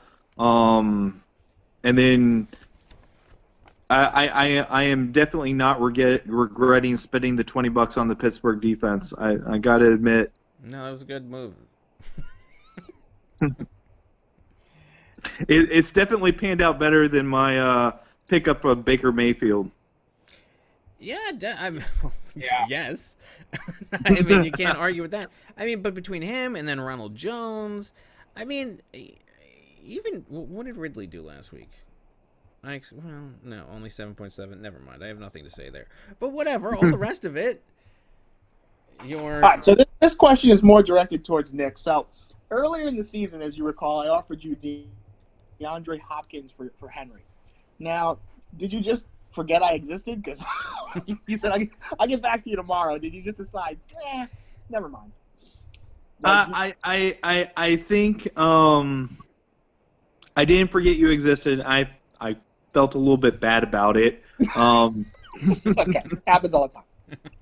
But no, I think I decided, and I still consider like it was a legit trade offer at the time. Like, yeah, I know you've offered me or reached out several times to try to set up a trade, and I do not feel like you were trying to offload anything. No, not at all. We don't engage in shafto trading here in Hackettstown. At least on the south side of Hackettstown, right? The ghettos, right? The ghettos here in Hackettstown. I mean, considering what ended up happening, I'm kind of glad that I held on to him. But because I mean, legitimately looking at my performance last week, besides Tannehill, who was surprisingly successful against Kansas City, all my points came from my defense, Jones and Henry. I mean, those four players, if you want to throw a quarterback in there, scored 2/3 of my points, and of those, my quarterback was my third highest scorer by all of 34 hundredths of a point. Yeah, I mean, look, this is a league in which Flacco is a champion, but so I mean, who's to say anything about that? But then also, like, all right, you picked up Hill. You were the one who went out and got him, the Atlanta running back, replacing Devonta Freeman. I mean, and was it you that had Devonta Freeman? Yes. Yes, I also have Devonta Freeman. So yeah, and so part of that too is like I had Devonta Freeman, and then I was paying attention to my players, and they're like, yeah, he's doubtful. Hill's going to probably take the leading role. So I'm like, well, at the very least, I want to make sure I have a handcuff, and then that obviously is not a handcuff right now. So I figured I even though it's freaking Atlanta, so taking it with a grain of salt, I need at least like the running back one for some teams. So hence my keeping a Marlon Mack and picking up Hill. So I'm trying to pick up people who have to play snaps, which is why I picked up what's his face, Zach Pascal for Indianapolis, which 2 games ago worked out well for me with 18 points. Last week with 4.6 because they lost to Miami because Jacoby was out. I mean, it is what it is. I mean, the Colts have always been a quarterback-dependent offense. So yeah, when your backup quarterback, because Luck was your starter going into the season, and Jacoby was your backup. When your backup is down, I mean, like, yeah, good luck. How do you feel about Wentz going into this week with him playing against New England? I'm not happy. I'll be honest. I'm not happy with it. I mean, have you considered colluding with Hackettstown's finest for Garoppolo? No. Just kidding. Now, Nick, you do know I did express heavy interest in Galladay, but it seems like it wouldn't have mattered because Stafford is out with a back injury indefinitely. So, were you at all interested in dealing away Galladay, or was he one of the people you were going to keep the whole time? It wasn't necessarily someone I was going to keep the whole time, but at the same time, like, back then, I had Wentz and I had Baker Mayfield, so it was so I didn't really want another quarterback necessarily, and honestly, I think I was pressed that week, so I didn't have time to try to pick through your roster and see what to trade for Galladay. Yeah, but I mean, also, if you look at Wentz's schedule going down the stretch, all right, New England is tough this week, but then he plays Seattle. Seattle has been in shootout games, and then at Miami and the Giants for weeks 13 and 14. If you need wins there, and then Washington. I mean, and then finishes up against Dallas, which might be a good game. But if you're in the championship at that point, there might be some other quarterbacks available. I mean, so I mean, he's Right. set up well as a quarterback, for the stretch run. I mean, honestly, part of the reason why I originally picked up Wentz is I had Alshon Jeffrey way back when, and I was looking to potentially try to double dip on touchdowns, and I also expected a little bit more PPR action for Alshon, which never really materialized. So he got recycled off the garbage barge, or fell off the garbage barge. If you're going to use the proper term, it's twofers, as we call on this program, not double dipping. I mean, come on, Geese needs his his coin fee for coining the phrase twofers. Twofers, yeah. All right. Well, I am out of questions. I know you have to go do some stuff to see. This interview went even longer than I thought. Also, I guess one last one. Why is it that you play Risk so aggressively, yet you play fantasy football so not aggressively? I don't know, because all I know is that I was standing there last year's Center Bowl, just trying to keep the peace in the world. Ironically, I'm just trying to maintain my empire, and then you have to come bowling through there. Yet here, you're so genteel. Is it because of Jamie? No, I that comes down. Jamie will tell you I play all strategy games that way, all or nothing. And honestly, that's just from growing up, because playing Risk used to be a family game that we would gather around Thanksgiving, and there'd be like 12 players around the table. It was a really big deal when I was allowed to start playing Risk. So it was always a cutthroat game. And You're a risk animal. Let me just tell you something. You're an animal. and instead of empire building, because when you're doing a 12 risks, you pretty much have to try to wipe people out, steal their cards, and just kind of hope for luck of the rolls. It's not that different from fantasy football, at least if you ask Eugene or the or if you ask people about my reputation. That's pretty much what we're trying to do here. I don't know. So anybody else have any questions before we let them go? No, that's enough. No. All right. It was nice to meet you. Beware of the revenge matchup in a couple weeks. Of course, Whalers Jr. But, great win in week 1. And I hope I can get some revenge on you. And the rest of us hope that he doesn't. Fair enough. Well, I appreciate it. Thanks, guys. All right. Thanks for coming on the program. Thanks, Jamie. It was good to talk to you. Hopefully we'll see you guys at the Center Bowl. I don't know. It's probably not feasible necessarily for this year, but it would be nice to see you there. It was good to talk to you guys, too. Yeah. Yep. All right. So we'll talk to you later. Thanks, and everybody out there, we'll be right back after this.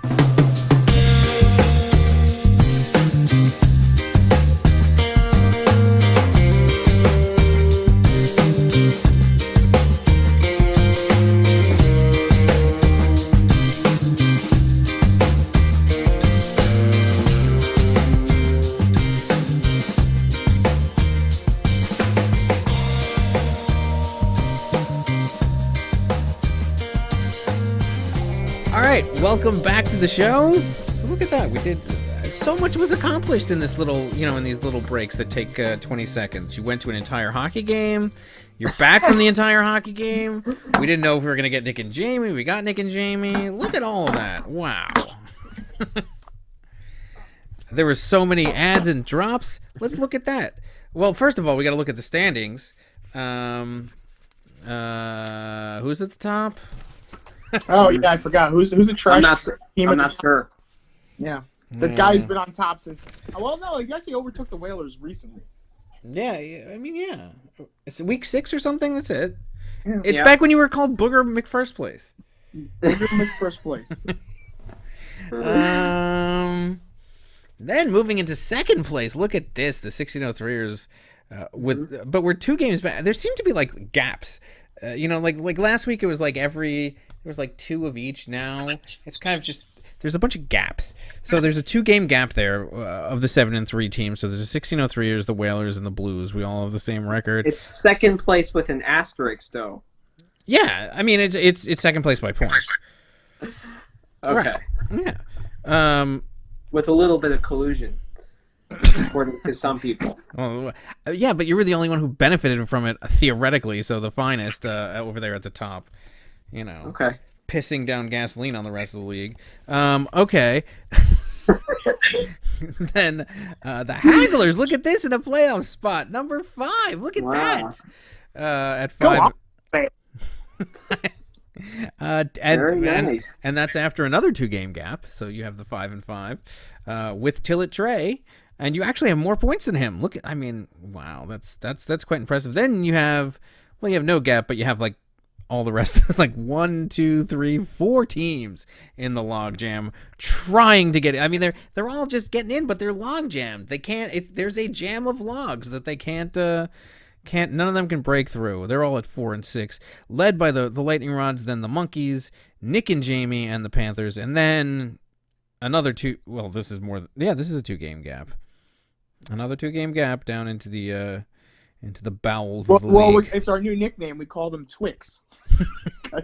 The 3 Musketeers got broken up because Nick and Jamie are on a winning streak. Actually, yeah. So it's that Twix. just leaves the Twix bars down the bottom.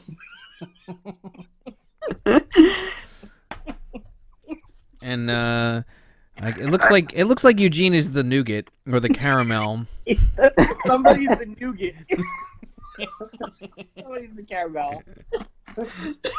Twix has no nougat, but I mean it's just funnier with saying. I don't even know. I'll have to look into it. Twix is a like. There's a Seinfeld episode where George Costanza has like a meltdown because he can't get the Twix out of the vending machine. There you go. Yeah. Did you see the left Did or you the see right? that episode? Somebody has to be. I've seen every Seinfeld episode. I don't remember them all offhand, but yes. George Costanza said that Twix is the only candy bar with a cookie crunch. Right, so it's the cookie. Yeah, Twix. It has the cookie, right. Then it has some caramel on top of it, and then it's got the chocolatey coating. Right. Whereas the Milky Way, and so my favorite bar actually is, ironically, Three Musketeers, but the Milky Way is just the Three Musketeers with some caramel on top of it. Because it's got the nougat inside, and then it's topped with caramel, and then the chocolatey outer coating. Whereas the Three Musketeers just has the nougat and the chocolate. I don't need caramel. It's just too much. I'm good with just nougat. And one of these guys is the nougat. I don't know which one. As far as transactions go, well, any I don't know, any other comments on the standings?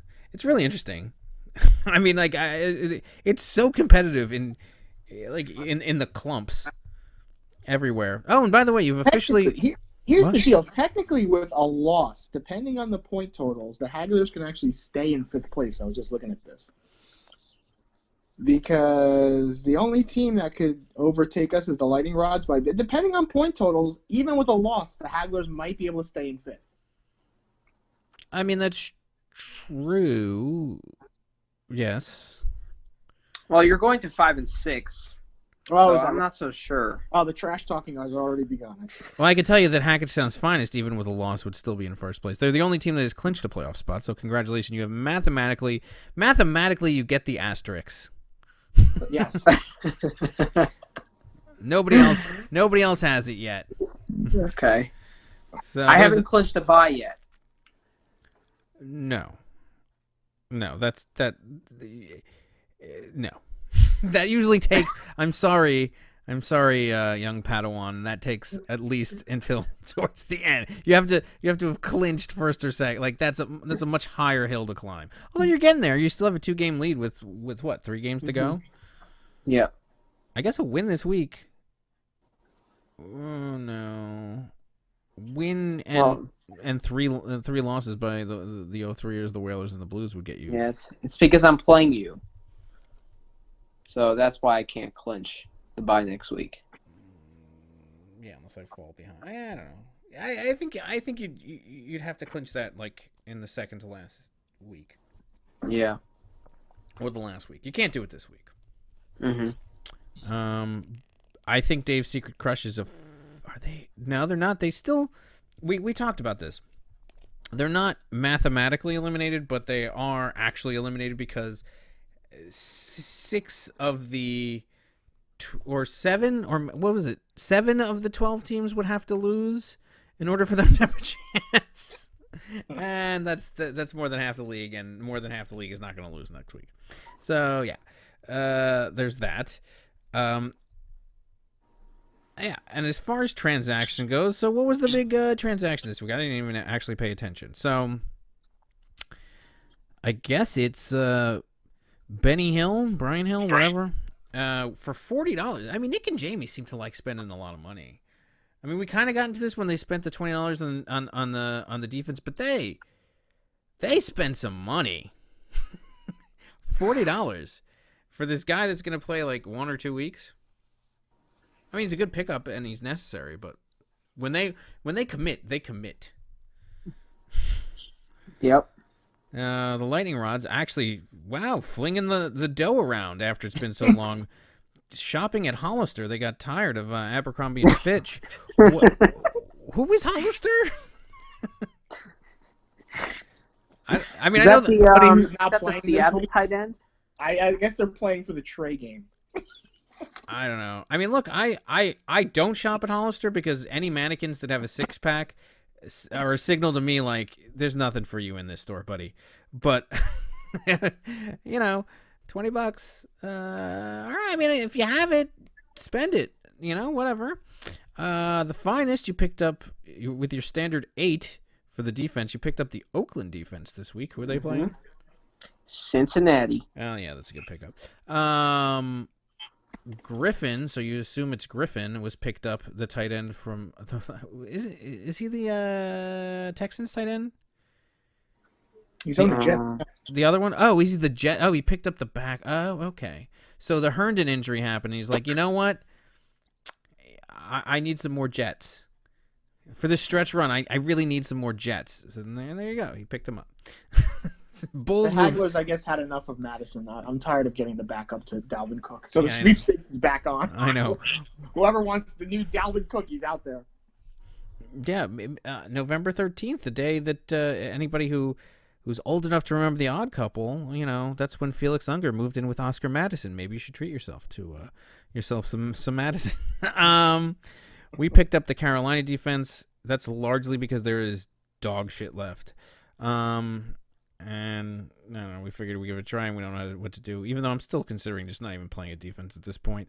The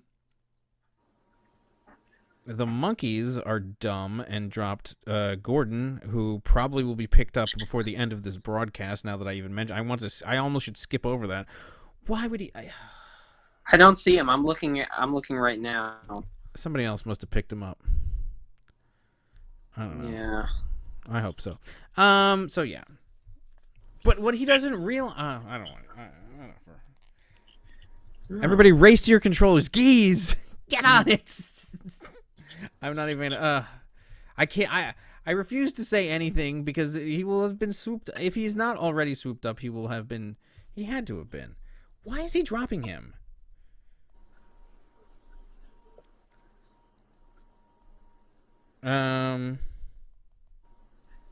Because he didn't watch the game. That's why he's dropping him. I'm telling you that right now. he didn't watch the game. He doesn't realize what happened, and that's going to be the downfall of the Monkeys in this log jam. Oh, and they're on a bye. I mean, I guess he needs room. All right, fine. I guess when you're in the log jam, you don't have the luxury of being able to have bye players. All right, so that's it. And then as I don't know if it was after the conversation or while we were on the air, but they picked up Nick and Jamie picked up Fells, which I think is a good pickup. All right. Anything? No controversies right now, I hope, on any of these pickups. Oh, it's been a quiet week. Yeah. I'm certainly being quiet. I'm not doing shit this week. I'm exhausted. I told you I am fucking exhausted. I'm not doing shit, and I know I'm going to lose. I'm playing Tillet, so there's no way I'm not losing. So doesn't matter. All right, let's go look at these games. Where should we start, gentlemen? For this upcoming matchup this week, well, do you want to start right in the heart of Hackettstown? No, I don't think so. No, we got to save that for the end. Come on, is that the end? I think so. Well, no, but actually, everybody hates you guys. Let's just go. Let's go with that first. We want to come out swinging. Who's going to be the best team in Hackettstown? Yeah, nobody's paying. Nobody's waiting around to think, oh, who's that fucker Manny going to play this week? They're like, oh, the only game left is Manny's game. Let me fucking tune out. I don't even watch his shit when he plays Wakanda when there's nobody there, and I don't even fucking care what they say. All right. So, gentlemen. All right. The Hagglers definitely are facing a deficit in this prediction. Woo. Yeah, but there's a big mess going on in my lineup right now. Everybody's questionable. And there's a tight end. I'm waiting to declare an out so I can throw somebody in IR. They're all questionable. I don't know what Yahoo's doing. Half these players have been ruled out already by the official coaches in real life. And they're all still questionable. Totally fucking me right now. Just put anybody in an IR spot. Do you not have anybody in an IR spot? I can't put anybody in an IR spot. They're all listed as questionable. Oh, yeah, look at that. Even Edmonds? Wow, look at Even Edmonds, that loser. Hooper's been ruled out for a month, and I can't even put him in the IR spot. I think you might be safe just getting rid of Hooper. He's out for a month? He's out for a month, but conveniently, that would be playoff time. Somebody will scoop him up and use him in the... Yeah, that's true. I guess you can. I don't know. There's nothing you can do there. I can't do shit right now. Fucked. That's great. All right, well, brilliant analysis. Go ahead. Well, go through your game. Oh, yeah, there's a game to be played. Yeah, there's a game. Wow. Right. So are you sticking with Allen over there in Carolina versus Atlanta? Have to. We're screwed. Are you sticking with... What do you mean? Matthew Stafford is another phantom week off with his busted-up hit. I wonder if Manny paid him. I was just working on picking up Josh Gordon, so... Of course he is. I don't even know why. Look, for the record for the league, when you all go insane, I have not advised him. I was just reading off the fucking transactions, and you all had a chance for this, and I didn't want it. Do not write to me. Oh, of course, Dave is advising him to pick up Gordon. No, I'm not. No, I'm fucking not. And then you'll do that, and then fucking Mulvaney will get on there and go, yeah, of course, I only did it because Dave said to. I'm like, what the fuck are you doing? I'm tapping out of this one. I have nothing to do with this fucking thing. Nothing. Fuck you, Monkeys, for dropping him. Thank you, Monkeys. Yeah, because what's his name got injured? Tyler Lockett got injured. I can't believe that he's available. What the fuck? All right, back to the analysis. So, very interesting matchup. Well, of course, you're playing Garoppolo. Yes, I like Garoppolo against Arizona. He torched them last time they played, so I'm hoping the same thing happens this week. Karma doesn't faze you? No, it doesn't. Okay. John Brown against. I'm just saying. Look at the irony that befell Eugene. I'm just gonna put a little thing out there that. Well, Eugene did win last year, so I'm trying to walk in his footsteps. That's mighty big clown shoes to fill. Okay, all right. Clown. I'm up to the challenge. Clown shoes. All right, so you're playing. All right, Garoppolo. John Brown. Yep, John Brown against Miami, but I think Tyreek Hill is due for a big game on Monday night against the Chargers, so I better have some kind of cushion going into that game. You think he's due for a big game, or in other words, you think he's just going to continue to have big games like he has for the last fucking month? He's having pretty big games already. He's going to continue having big games, and it's pissing me off that I let him go. So I'm hoping Hopkins returns the favor. But we'll see. Don't worry. The Whalers quarterback is throwing to him, so if he has any ability to get in Deshaun Watson's ear, he'll be like, "Don't throw it to that motherfucker." He's on the horn with Houston right now. All right, Nick Chubb against Pittsburgh and Gurley against Chicago. These are actually some tough matchups here. Very tough matchups. Yep, but I don't want to play both Cleveland running backs.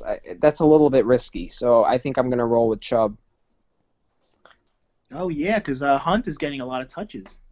He is, so I'm like debating whether or not to play them both, but also I don't like playing too many guys on that Thursday night game, so that's another strategy I have to think through. Mm-hmm. So it's kind of iffy. Kelsey, I mean, it's going to be kind of a Kelsey versus Hill battle. So that'll be interesting. Curtis Samuel actually has been pretty good. He's kind of been sharing the targets with DJ Moore. So I like what he's done. Okay. And then the Oakland defense against Cincinnati. I think we both have really good defensive matchups this week. You against Miami. Well, we'll see what Buffalo did. They kind of struggled against Cleveland a little bit. Yeah, Miami has been picking it up a little bit with who's their quarterback? Fitzmagic? Yeah. He's been decent. So I appreciate you skipping right over Prater in the mentions. One little bit of courtesy. All right. Geez, now go through your lineup. Let's see what we have to offer here. Well, Allen is just I don't know what happened to Stafford. This has just been a nightmare. So between injuries and everybody's off next week, this is a clusterfuck. This couldn't come at a worse time. I think the only one guy who's playing is Hill, who's done anything of note. Conveniently, what's his face, the tight end for Hooper's out for a month, trading places with Henry, who was out for a month at the beginning of the season. Stafford conveniently with hip injuries out of nowhere. Chris Thompson and his endless turf toe, joining Devontae Adams, who had endless turf toe and now has a bye. I mean, these players just don't want to play. Chase Edmonds is conveniently out. I don't even know if I can feel the roster. I have to work on it. I have no comment. And you certainly can't feel the roster next week. I mean, next week is even. Oh my God, I don't even want to see next week. No, but I mean, look, Eckler against Kansas City. That's not a bad matchup. I mean, yes, a lot of touches have been going to Melvin Gordon, but honestly, first of all, it's the Monday night game, so you got two. You're going to have two players in that Monday night game, so you can go into it with a little bit of trailing. And then in addition to that, we obviously know that the Kansas City run defense is nothing to be scared of. So there's probably enough touches to go around for him, but the Drake's cakes against San Francisco, you got to be a little bit fearful about that. The first time they played, he had 28, so I think he'll be just fine. Okay. Edmonds is still out. True. David Johnson, with his latest 0 performance, can't be. Yeah, he's been pathetic. Yeah, I'm actually kind of concerned about Kenyon Drake. He's been good. And then you obviously have to choose a flex after Yahoo gets around to letting you do that. I know. Can somebody please be declared out? The coaches of the real teams have already declared all these people out. Every single one of these people is out already. So why are you holding on to Edmonds? I don't know. I really don't. I like somebody to be first guy who's declared out is going on IR. That's it. That's why I'm holding on to him. Is Stafford out this week? Yeah, he's out. He's out. Look, I'm running right now. The Hackettstown Hagglers are running a race, the IR race. Whoever declared out first is going into IR. That's all I care about. Yeah. Did you catch the Wakanda flu while you were? I don't know what happened. This is a nightmare. But I guess at 5-5, I have a game to give. Not But really, honestly, because you're going to lose next week. And I don't say that as, I'm not saying this as a, as a Manny. I'm saying this because you have nobody playing next week. Like, you don't really necessarily have a game to give. Look, we're not out until we're out. Right now, we're in the middle of the thicket. Okay, we're just above the log jam, so a loss puts us in the log jam. Yeah, but they put you in the log jam with 9 players on a bye. I know it doesn't. I don't say we're at the beginning flume. We're at the end of the log jam. Jesus. Okay. Well, whatever. Yes, unfortunately, though I don't want to, I have to pick Hackettstown's finest in this game. Once again, benefiting from his cake schedule. Yeah, this is a nightmare right now. So unfortunately, we have to pick the finest for the first time right now. Based on these results, I'm not picking myself in this mess. Well, honestly, if I'm looking at your team, I like the players that are playing. I like their matchups. Gallup against Detroit, I think he can put up a lot of points if he gets targets. Eckler against Kansas City, Tyreek Hill against the Chargers. I mean, Allen against Atlanta. Like, if you have a backup quarterback to play at, Atlanta, I don't think they're going to have another game like they did last week against the Saints. I don't think they will either. I think Allen is actually not that bad a play.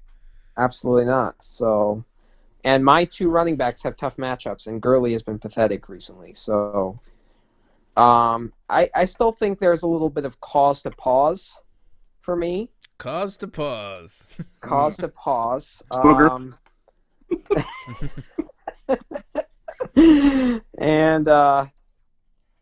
this is a game where I'll have to quote unquote pay my dues. Oh yes, pay your dues. Oh yeah, you paid your dues right for one loss. Yeah, right. How traumatic. Yes, I know. You're one loss at the beginning of the season. September 5th. Yeah. So I referenced. I do think it can be closer. It will be closer than I think than we all think. I think. Do you think you'll get over 100? I sure hope so. I need to get into playoff mode right now. Okay. I don't like sub 100-point performances. It's not really acceptable in the north side of Hackettstown. Well, the south side, they're used to being under sub 100 performances and winning those. Yeah, we're usually at 500 at this point in the season, so we're a little ahead of schedule. Yeah, I know. Like, you excel in battles of attrition. Yes.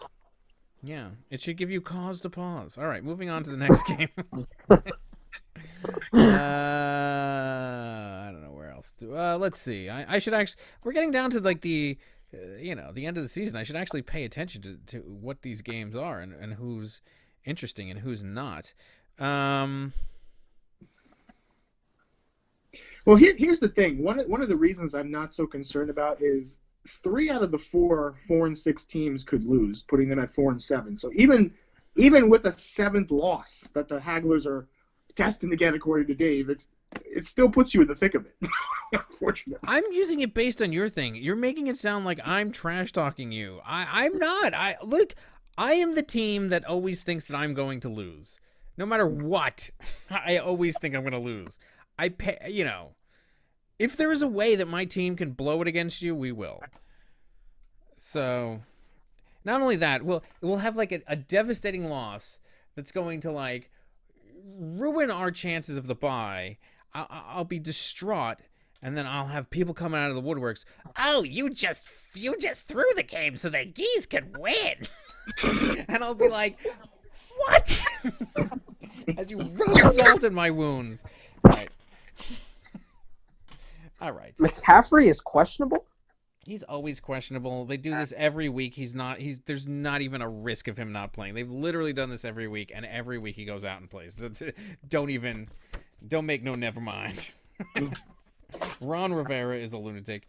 So if you want to try to play the Madison sweepstakes with Bonifant, go ahead. I've done it, and then because there were like 3 weeks in a row where I'd pick up the guy because I'd be like, oh no, he's questionable. This might be.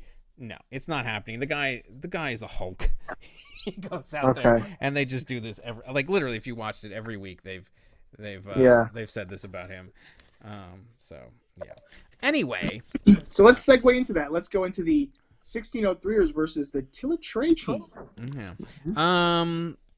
Well, Tillett is going to win. We know this. It doesn't matter. So the projection is 134.93 to 124.28. It doesn't matter. Tillett does two things. It serves crappy food on its trays, and it beats 1603ers. That's all that they do. It's uncanny how many times this guy has beaten me. It doesn't matter if we're favored, if we're not. It doesn't matter. He's gonna win. Let's see how he's gonna. We could break down how he's gonna do it, and it's gonna be really upsetting this time because here's why. Because Jackson actually has a decent matchup against Houston. Beasley's playing against Miami. DJ Moore versus Atlanta. That's a good matchup. McCaffrey versus Atlanta. That's a good matchup. McKissick, your season goodbye. Now that Ty Johnson is out, he's actually had 2 weeks in a row of double-digit performances, and he's playing down. I mean, not that Dallas is whatever, but he's got a chance there. Waller is playing against Cincinnati. Perfect opportunity for him to come out of his slump. Boyd is playing Oakland. Once again, points on the sly from Atlanta, and then the Carolina defense against Atlanta, who gives up a lot of sacks. Seems like a good week. 134 is the projection. I don't know how we're going to fuck it up, but we will.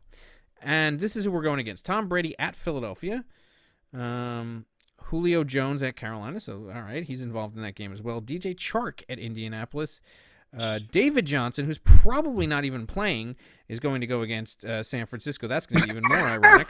He's probably not even playing after a 0-point performance. I know. After a 0-point playing in the game performance.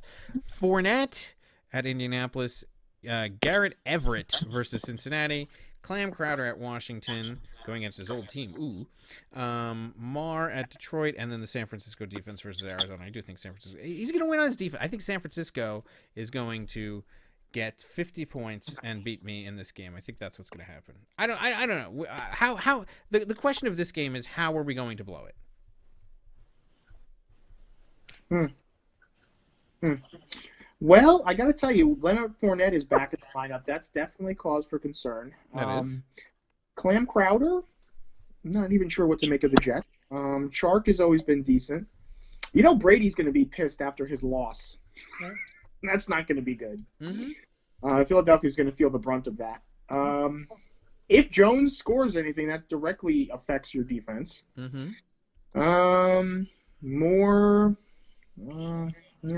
Beasley and I don't know. If Waller continues to have any type of Waller games like he's had the past 2 games at 7 points, that could be an issue. But McCaffrey, like you said, he's on the injury report every week, but what does he get? 26, 37, 30, 27. Yeah, I'd love to have my guys injured and play like that. If he's injured getting 37, imagine when he's healthy. I don't know what. That guy is a fucking monster. Did he ever get tested for illegal substances? My God. Every time he touches the ball, he takes it to the house. Rivera's a moron. Just run into McCaffrey just up the middle. You don't have to go to left or right. Just literally up the middle on most of his touchdowns. Ridiculous. Lamar Jackson is ridiculous, by the way. Yeah, he is. Doesn't matter who he's playing. He's a lock. I still think the weakness here is McKissick, your season goodbye. I think that Connor move is going to be the one hole in the 1603ers that is going to spring the leak and the ship's going to go down. I can't deny that. Tried to plug it up with now it's McKissick. I think that's the one hole that's going to sink the ship. Right now there's a little bit of water on the ground. You're like, what's that? I feel like McCaffrey and Lamar have single-handedly outscored Zamunda this year. They might have. Just those 2 players. Yep. Yeah. And Cincinnati's offense has been vomit-inducing. I don't know how much Boyd can really even produce anymore. He's at the end of the line. I mean, he is playing at Oakland, so it's not terrible, but Boyd was hot at one point in the season. He's definitely cooled off. And then, I don't know. This is a game that Harbakin should win, but it has undertones of a donut game. Yeah, which is what happens to us all the time. You're so reliant on those 2, though. There's those 2 guys I fear big time. But the others, I don't. Points and Kirk gets yanked out of the lineup. That's cold. Yeah, a little bit. I mean, at San Francisco. Yeah, he's playing at San Francisco. He just played at Tampa Bay, or versus Tampa Bay, or whatever it was. Yeah. Which is why he played. I was playing the matchup there, and it worked in my favor. Yahoo's obviously been very nice to you. I see Kerryon Johnson has an IR designation. Not listed as questionable indefinitely, like my guys. Well, I mean, they did that for him a while ago. It took him a little while. It took him a couple days. It's nice to have that option. Don't worry, you'll have that option in a couple days. Yeah. So obviously, Tilla Trey, congratulations on moving ahead of, because what we've picked the Hagglers to lose, and now I'm picking the 1603ers to lose. So clearly, to lose or to win.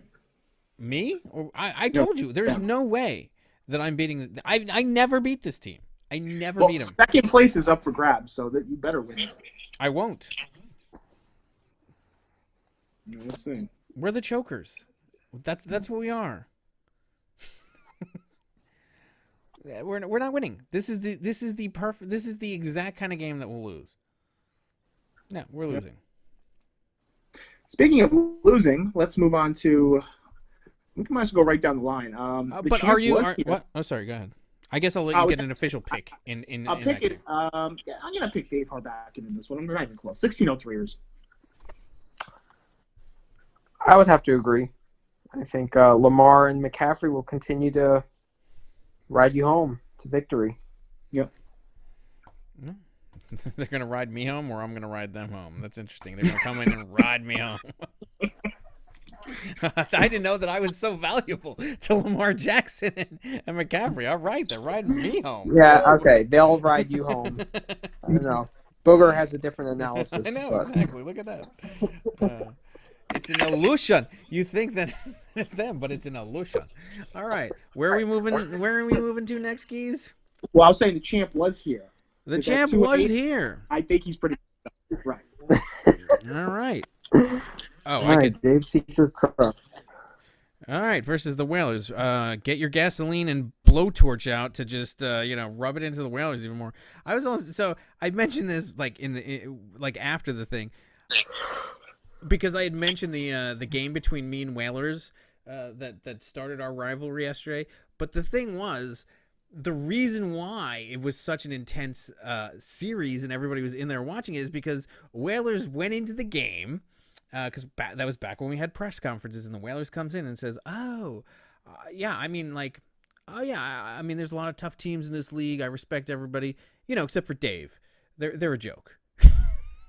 He complimented Geese, he complimented Miner, and then he told me that I was a joke. But I at least made a series out of it. I mean,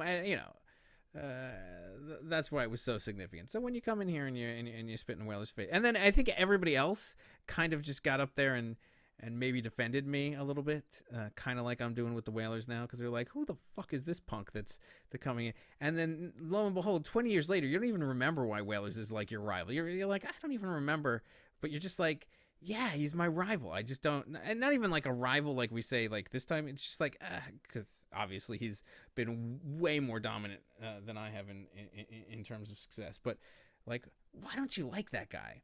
And I mean that obviously within the context of the league, and it stems back from that. So 20 years from now, when some punk grandkids of the Whalers come in here and they're like, "Fuck you, Manny."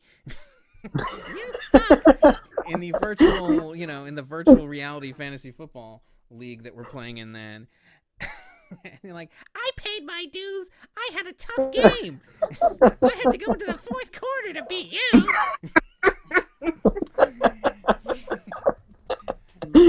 Whalers will stand up for you at that point and go, all right, this guy paid his dues. Now, child. Scott, leave Manny alone as he's in the nursing. Leave him alone. Can I have some more porridge?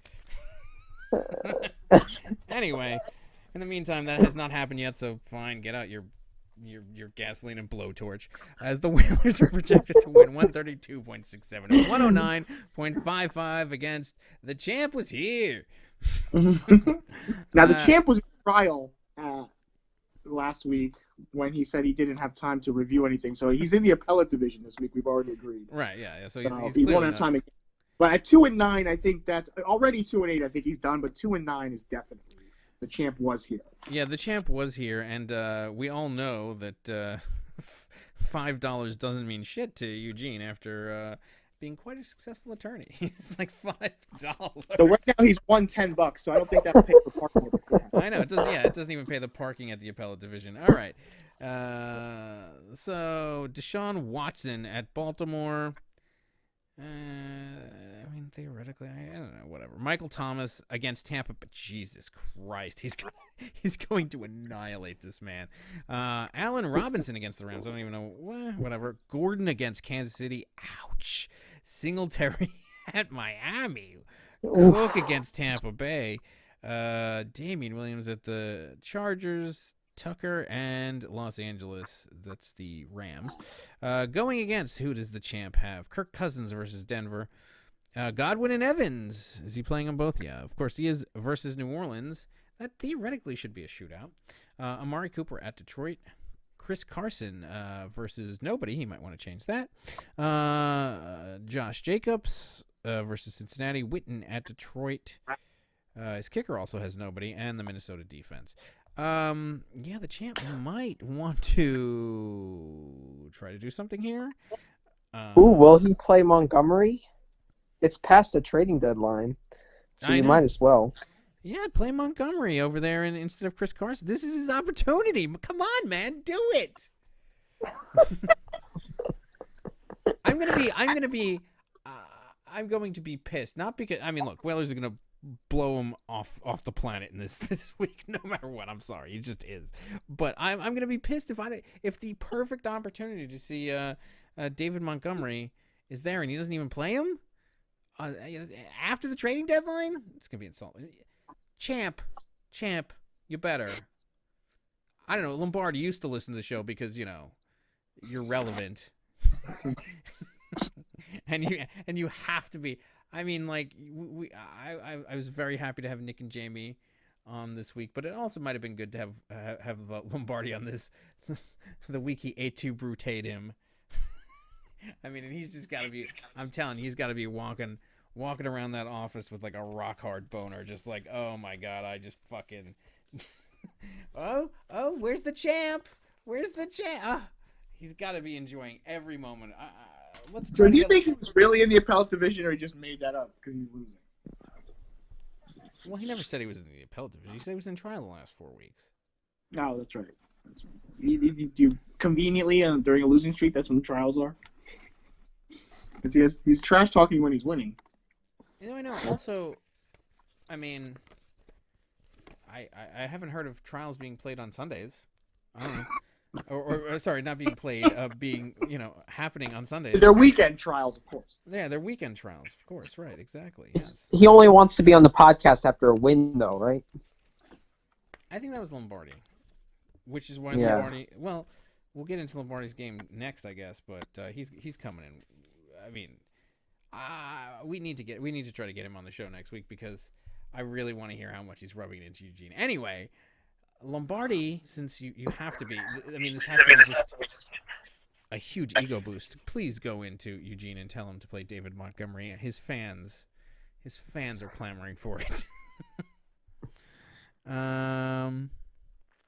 Is there anyone who deigns to pick Dave's secret crush in this? No. It's no secret he's been crushed. You gotta go with the Whalers. Obviously, the Whalers is winning this game handily. All right, moving on. Well, we could go to his compatriot, the St. Louis Blues, playing the Memphis Monkeys. So the projection in this one is 121.87 to 112.58 in favor of the Blues. What do we see here, gentlemen? Let's go to Booger for the three-man booth commentary. I think the Patriots will have an excellent game. So I like Sanu and James White for the Monkeys. There's no way that the Patriots are losing their second in a row after a bye. So I do think Brady and the Patriots running backs will be on point. Other than that, I think this is a pretty close game.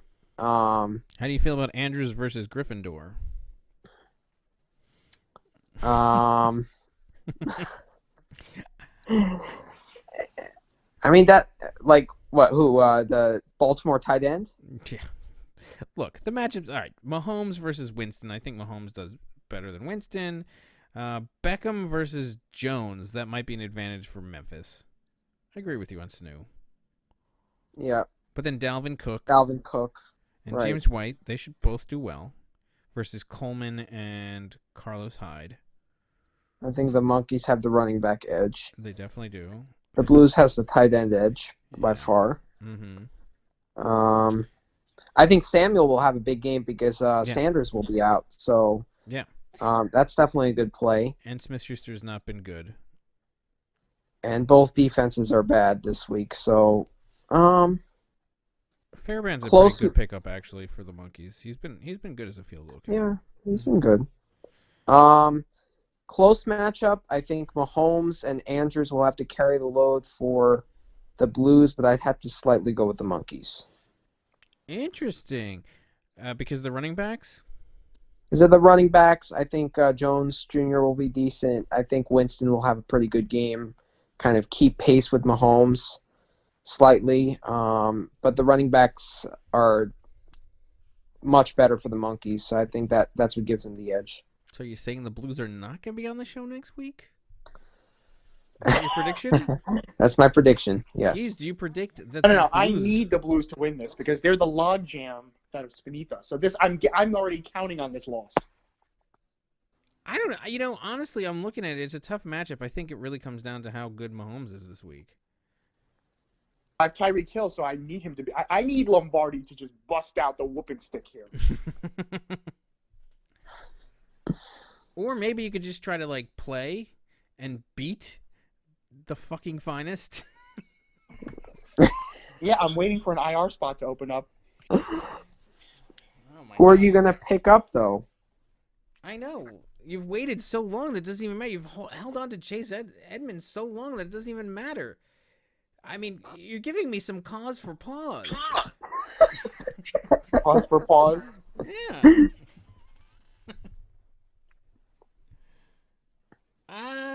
Can't spare a square. I can't spare a spot.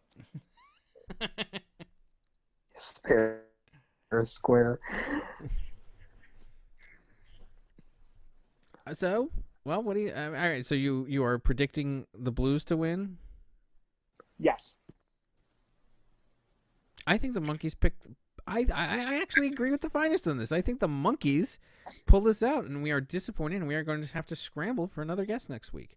I hope I'm wrong.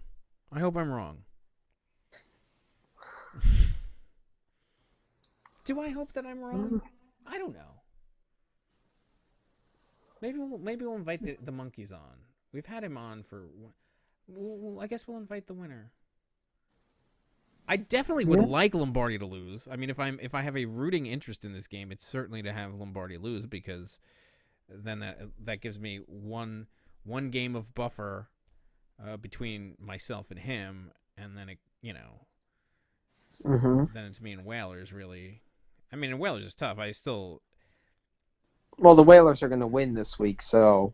The Whalers are definitely going to win this week. That's not even a question of mine. So is Dave colluding with himself if he has a rooting interest? That's gonna be the next. That's gonna be the next accusation that I'm colluding with myself. I didn't know that colluding with myself was wrong. They'll find a way. No, I think the Monkeys win this. All right, so we'll see. All right, so that leaves us with well, I can't. Well, first of all, how could we have not done this game first. This is the game that you get out of the way. The Lightning Rods versus the Zamunda Lions. Does anybody give a fuck about this game? No. No. All right, so the Lightning Rods are favored 115 to 109. I guess it has implications because, I mean, this does have implications for you, Geese. You'll be watching this game, right? Because he's in the logjam and he's actually in front of the logjam. I need a bunch of these logjam people to flow down the stream. So you're rooting for Zamunda in this game, definitely. Oh, Zamunda, come on, baby. I know. It's down to the Zamunda River. All right, so let's look at what's happening here. Goff going against his own defense for the Lightning Rods. Diggs versus Denver. Edelman at Philadelphia. Elliott at Detroit and Lindsey at Minnesota. Then Ebron versus Jacksonville. Tariq Cohen, who actually surprisingly had a good game last week, at the Rams. Butker and the Chicago defense for the Lightning Rods. And for Zamunda, Dak Prescott at Detroit. Tyrell Williams versus Cincinnati. He might actually have a good game. Sammy Watkins, yayas, on Monday night at the what do you call it? At the Chargers. Kamara, isn't that game in Mexico City also, by the way? Yes, I believe so. Yeah. Kamara at Tampa Bay. Tampa Bay, they have a good run defense. Shitty pass defense, but good run defense. Although, I mean, well, Kamara at least gets some pass. I don't know, whatever. James Conner. James Conner. Are you wiping away a tear right now? I know, the plug in my ship. My team's butt plug. At Cleveland on Thursday night. It's just sad. Gesicki, he's still going with him. He's going with Gesicki for a second time. Adrian Peterson at the Jets. Adrian Peterson, not bad. It's a good play. Yeah, it's a good play. Carlson, and then the New Orleans defense. This is a surprisingly close projection, given all of this. Kittle is listed as doubtful still. What happened to Kittle? Shanahan misspeaks, not quite out yet. Oh, he's in a situation much like the Hagglers. Oh, right. It's still unlikely that he plays this week since he didn't practice. But all the coaches of my guys said they're definitely out. So there's no misspeaking on my part. So, Geza, you need Tyreek Hill to do well, but you also need Sammy Watkins to do well. Right. And Mahomes. So I'm hoping all the balls go to Sammy Watkins. That's just great. So I am. I also need Amari Cooper to be out because he's listed as questionable. But it's just nobody's making a decision this week about IR. Yeah, Yahoo is just being slow this week. Well, the big question. I mean, the question is, will you say hasta la vista to your season down in Mexico City in that game? I don't know. I mean, look, the Lightning Rod should win this. Come on. Although Diggs has been really bad lately, hasn't he been? I mean, really bad lately. Edelman will be excellent. Elliott, he's due for a bounce-back game against Detroit. Yeah. So, I mean... Lindsey, I mean, he's playing a tough team, but what did he... Goff is also... I mean, Chicago's defense has really fallen off, too, so... Yeah, they have. I think it's a pretty close game. The concept of playing your quarterback versus your defense. It's self-defeating. Yeah, but I mean, come on. He has the Chicago... You're not going to drop the Bears at this point. At this point, you're just rolling with him. It's not like he's streaming defenses and that's what he's chosen. I mean, playing the Jets defense against the Redskins, I mean, I don't know. I don't know. I mean, is anybody going to go pick Zamunda? I am. I am too. I think this game is closer than you think. Okay. I think this game is pretty close. I like Dak Prescott against Detroit. I like Kamara and Connor. I don't like Tyrell Williams and Watkins. I mean, is he done? I mean, I think it comes down to Watkins. Look, as long as the logjam loses, I win. It doesn't matter what happens to me then. Yes, but I mean, that's true, right? You can't argue against that. Yeah, but I mean, I don't know. Yeah, but it's supposed to be your prediction of what you think is going to happen, not what you want, what you wish to happen in your little nighttime dreams. No, I think Tyrell Williams might be pretty good playing I Cincinnati. The Roars this week. I mean, if I had my little wish, of course I would want the Blues and the Whalers to win. I mean, to lose. If I had my little wish, but no, they're gonna. Well, the Blues might actually lose, but the Whalers are going to win. Even if I wish upon a star, and I'm gonna lose too. So it's gonna be even more devastating. So the Whalers can just take right back second place. It's gonna be frustrating as fuck. Actually, I can't even have Tillett win. You have to win, Dave. Oh, that's right. Well, sorry, I don't know what to tell you. It's just we can't beat Tillett. I don't know what to tell you. I'm putting out my best foot forward. I mean, I already have McCaffrey and Lamar Jackson riding me to victory. But I don't know. I think Gaza's scared of my team. He's relying on all these other teams to lose. He's not focusing on his matchup. I agree with the second half of that comment.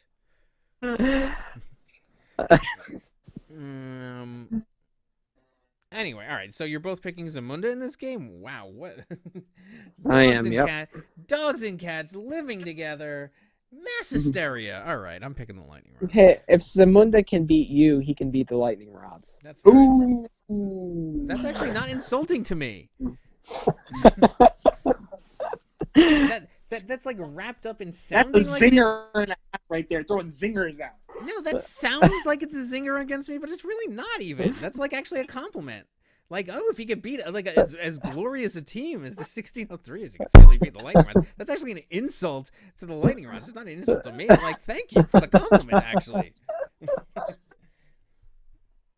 Yeah, I'm picking the Lightning Rods. Lightning Rods actually listen to the show.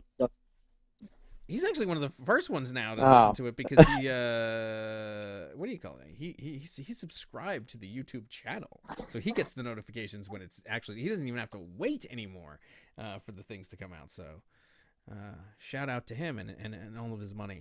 All right, that leaves us with one game left, and I think that this is a very good game. It's our guest of the week versus the diseased rhinoceros pizzle that is Wakanda. Look at these projections. What an anemic joke.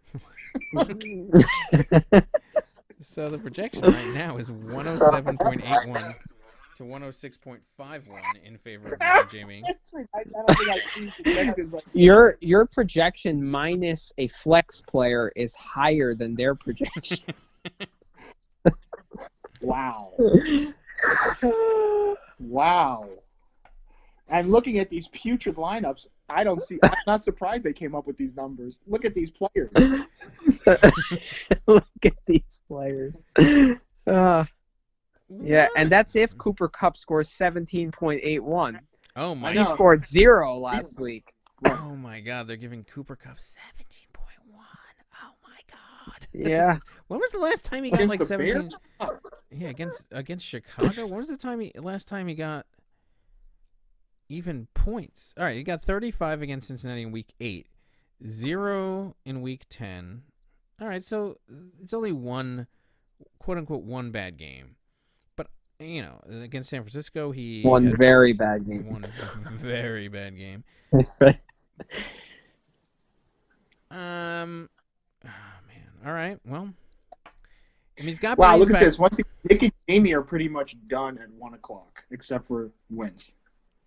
Yeah. But here, literally. And yeah, they have Pittsburgh on the Thursday night. Well, Pittsburgh could be over by 4 o'clock. Well, let's see. First of all, hockey does have Breeze at Tampa Bay. That is good for him. Cooper Kupp against Chicago, not that good. Odwin Tate. Odwin's playing Odwin Tate at Oakland. Okay. Le'Veon Bell against Washington. Ingram versus Houston. Jack Doyle versus Jacksonville. He's still going with Latavius Murray, the backup to Kamara against Tampa Bay, who's already good against the running. I mean, hockey. And oh my God. Okay. For Nick and Jamie, Wentz versus New England. Is he? He hasn't even put in the New England defense. What's wrong with him? I love how all of these teams amongst the logjam just haven't done anything. I guess nobody wants to tip off their hat this week, and everybody's just hoping that everybody else loses. I mean, obviously, the first thing you do is you put the New England defense in there. Okay. So we'll assume that's going to happen. All right, Wentz versus New England. Galladay versus Dallas? I mean, that should be fine. Ridley at Pretty Carolina. good. Yeah, I mean, Ridley at Carolina, or what is it, versus... He's playing Carolina. At Carolina. Maybe. I don't know. We'll see how he performs with Matty Ice back. Marlon Mack versus Jacksonville and Benny Hill at Carolina. His name is not actually Benny Hill. It's Brian Hill. Sorry, I want to. If I can. Well, in this game, it might as well be. I know. Just cue the Benny Hill music for this entire game. The recently acquired Fells at Baltimore. Rojoke versus New Orleans. Let's see if he can continue that up. Rojoke and the kicker? That's a little Tampa Bay heavy. He is very Tampa Bay heavy. Not that there's anything wrong with that. And then the Pittsburgh defense at Cleveland. I think Pittsburgh defense will do well. Pittsburgh versus New England might be the best matchup of this entire game. I think that Nick and Jamie will win this. I think that they're largely going to win. I mean, look, he's got Latavius Murray. He's got the backup running back playing against one of the best defenses against running backs, period. And, so that's almost like not even having somebody in that position going against Rojo. So would you say the loser of this game, that's the end of their playoff hopes, 4-7? Yes. I mean, and I think that's why, in a lot of ways, this might actually, I'm glad we saved it for last week. We'll have the discussion about what's the game of the week, but I mean, this eliminates a team.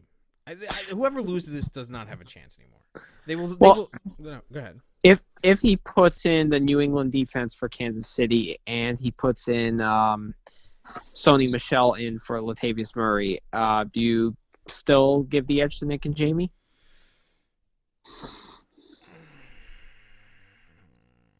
Because that's what I think he should do. I also think he should be playing, Breeze against Tampa Bay. Yeah, that's probably better. He'll get some touchdowns. I would probably play Conley against Indy or as opposed to Auden Tate against Oakland. That's just me. I would definitely not play Auden. Audwin's playing himself? Yeah, I know. I definitely would. He's riding himself into that game. I definitely would not play him there. And I mean, Connolly doesn't, blow my skirt up. Yes, he should definitely play Sony Michel at Philadelphia. That does change it. If he does that, then it does change it. Yeah. I mean, you can also play Philip Dorsett. The thing is, the Patriots have so many kind of mediocre options. So it's like you don't know who's going to get the majority of the targets. This is a tough game to call. I actually don't know. I mean, it's not... Look, if he plays Latavius Murray, it's not tough to call. I think Nick and Jamie win. If he plays them, maybe... I don't know. I mean, that Ridley-Tate matchup is just vomit-inducing, to quote you. Yeah. I don't know. But then, honestly, the Rojoke versus the Sony Michel ones, it makes it an interesting matchup. I mean, Fells versus Doyle, I think Hill can have a good game. I mean, he's filling in for Devonta Freeman, who was actually having a really good season, and so, I mean, you have a good matchup there. Mack versus Bell. I mean, this is really close. I still think I pick Nick and Jamie because of Galladay versus Cooper Kupp. Yeah. I think that is going to be the deciding fact. I mean, then again, Drew Brees might have, going at Tampa. I mean, but although it's Drew Brees on the road. Yeah, but Matthew Stafford is out, so the quarterback, the backup sucks so bad. So I wouldn't look for Galladay. I wouldn't look for Kupp either. I don't know. I think Wentz will have a tough time against the New England defense, though. I think he will too, but I mean, look, Breeze. If this was a home game against Tampa Bay, I think that he would have a phenomenal game. I'd still play him. Don't get me wrong, but they're due for a bounce back game, though. I don't think last week was unacceptable. obviously, but you know, I don't know, maybe. Oh, this is a really tough one. Tough, yeah. I think Destiny is on the side of Nick and Jamie. I think they're going to win. I think the X factor is going to help them win it. I'm picking Nick and Jamie.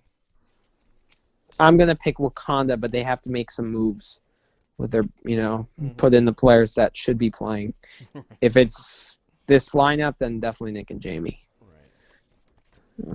And Guy, since you're paying so much attention to this game, obviously it doesn't even matter because both of these teams... It doesn't matter. This is actually one where you could give your honest opinion. You don't even have to root because one of these people is going to be eliminated and one of them is going to win.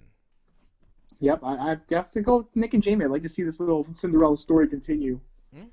Another Hagler type run. Well, we'll see. We'll see if it just comes to an abrupt end. That'll be sad. We finally hype it up only to just have the anchor thrown down. The thing as the ship sinks. All right. Well, that's it for the games. Who's everybody's lock of the week? The Whalers. Yeah, Whalers. That's my lock of the week. Whalers over Eugene. Yeah, lock of the week for sure. Absolutely. And who is your upset of the week? Who do you think is most likely to upset somebody? Obviously, you guys are picking Zamunda because that's who you all think is going to win. Yes, that's the upset of the week. Zamunda yep, over the Zamunda. I am going to pick the... Tell Trey over yourself? Yes, obviously. Yeah. Yeah, I mean, yes. He's going to win. It's going to drive me nuts, but it's going to happen. At this time, I think these teams that hear this should be insulted. Why? You know you're going to beat them. He's going to.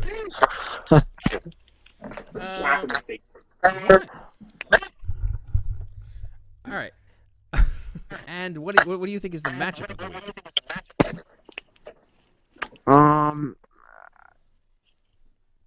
It's the Hackettstown Bowl. You think it's the Hackettstown Bowl? I think it's Wakanda versus Nick and Jamie. That's what I think too. Yeah, in terms of the closeness of the game, but in terms of like what's at stake, I think we got to go with the Hackettstown Bowl. I think, Nick and Jamie, there's a lot at stake there.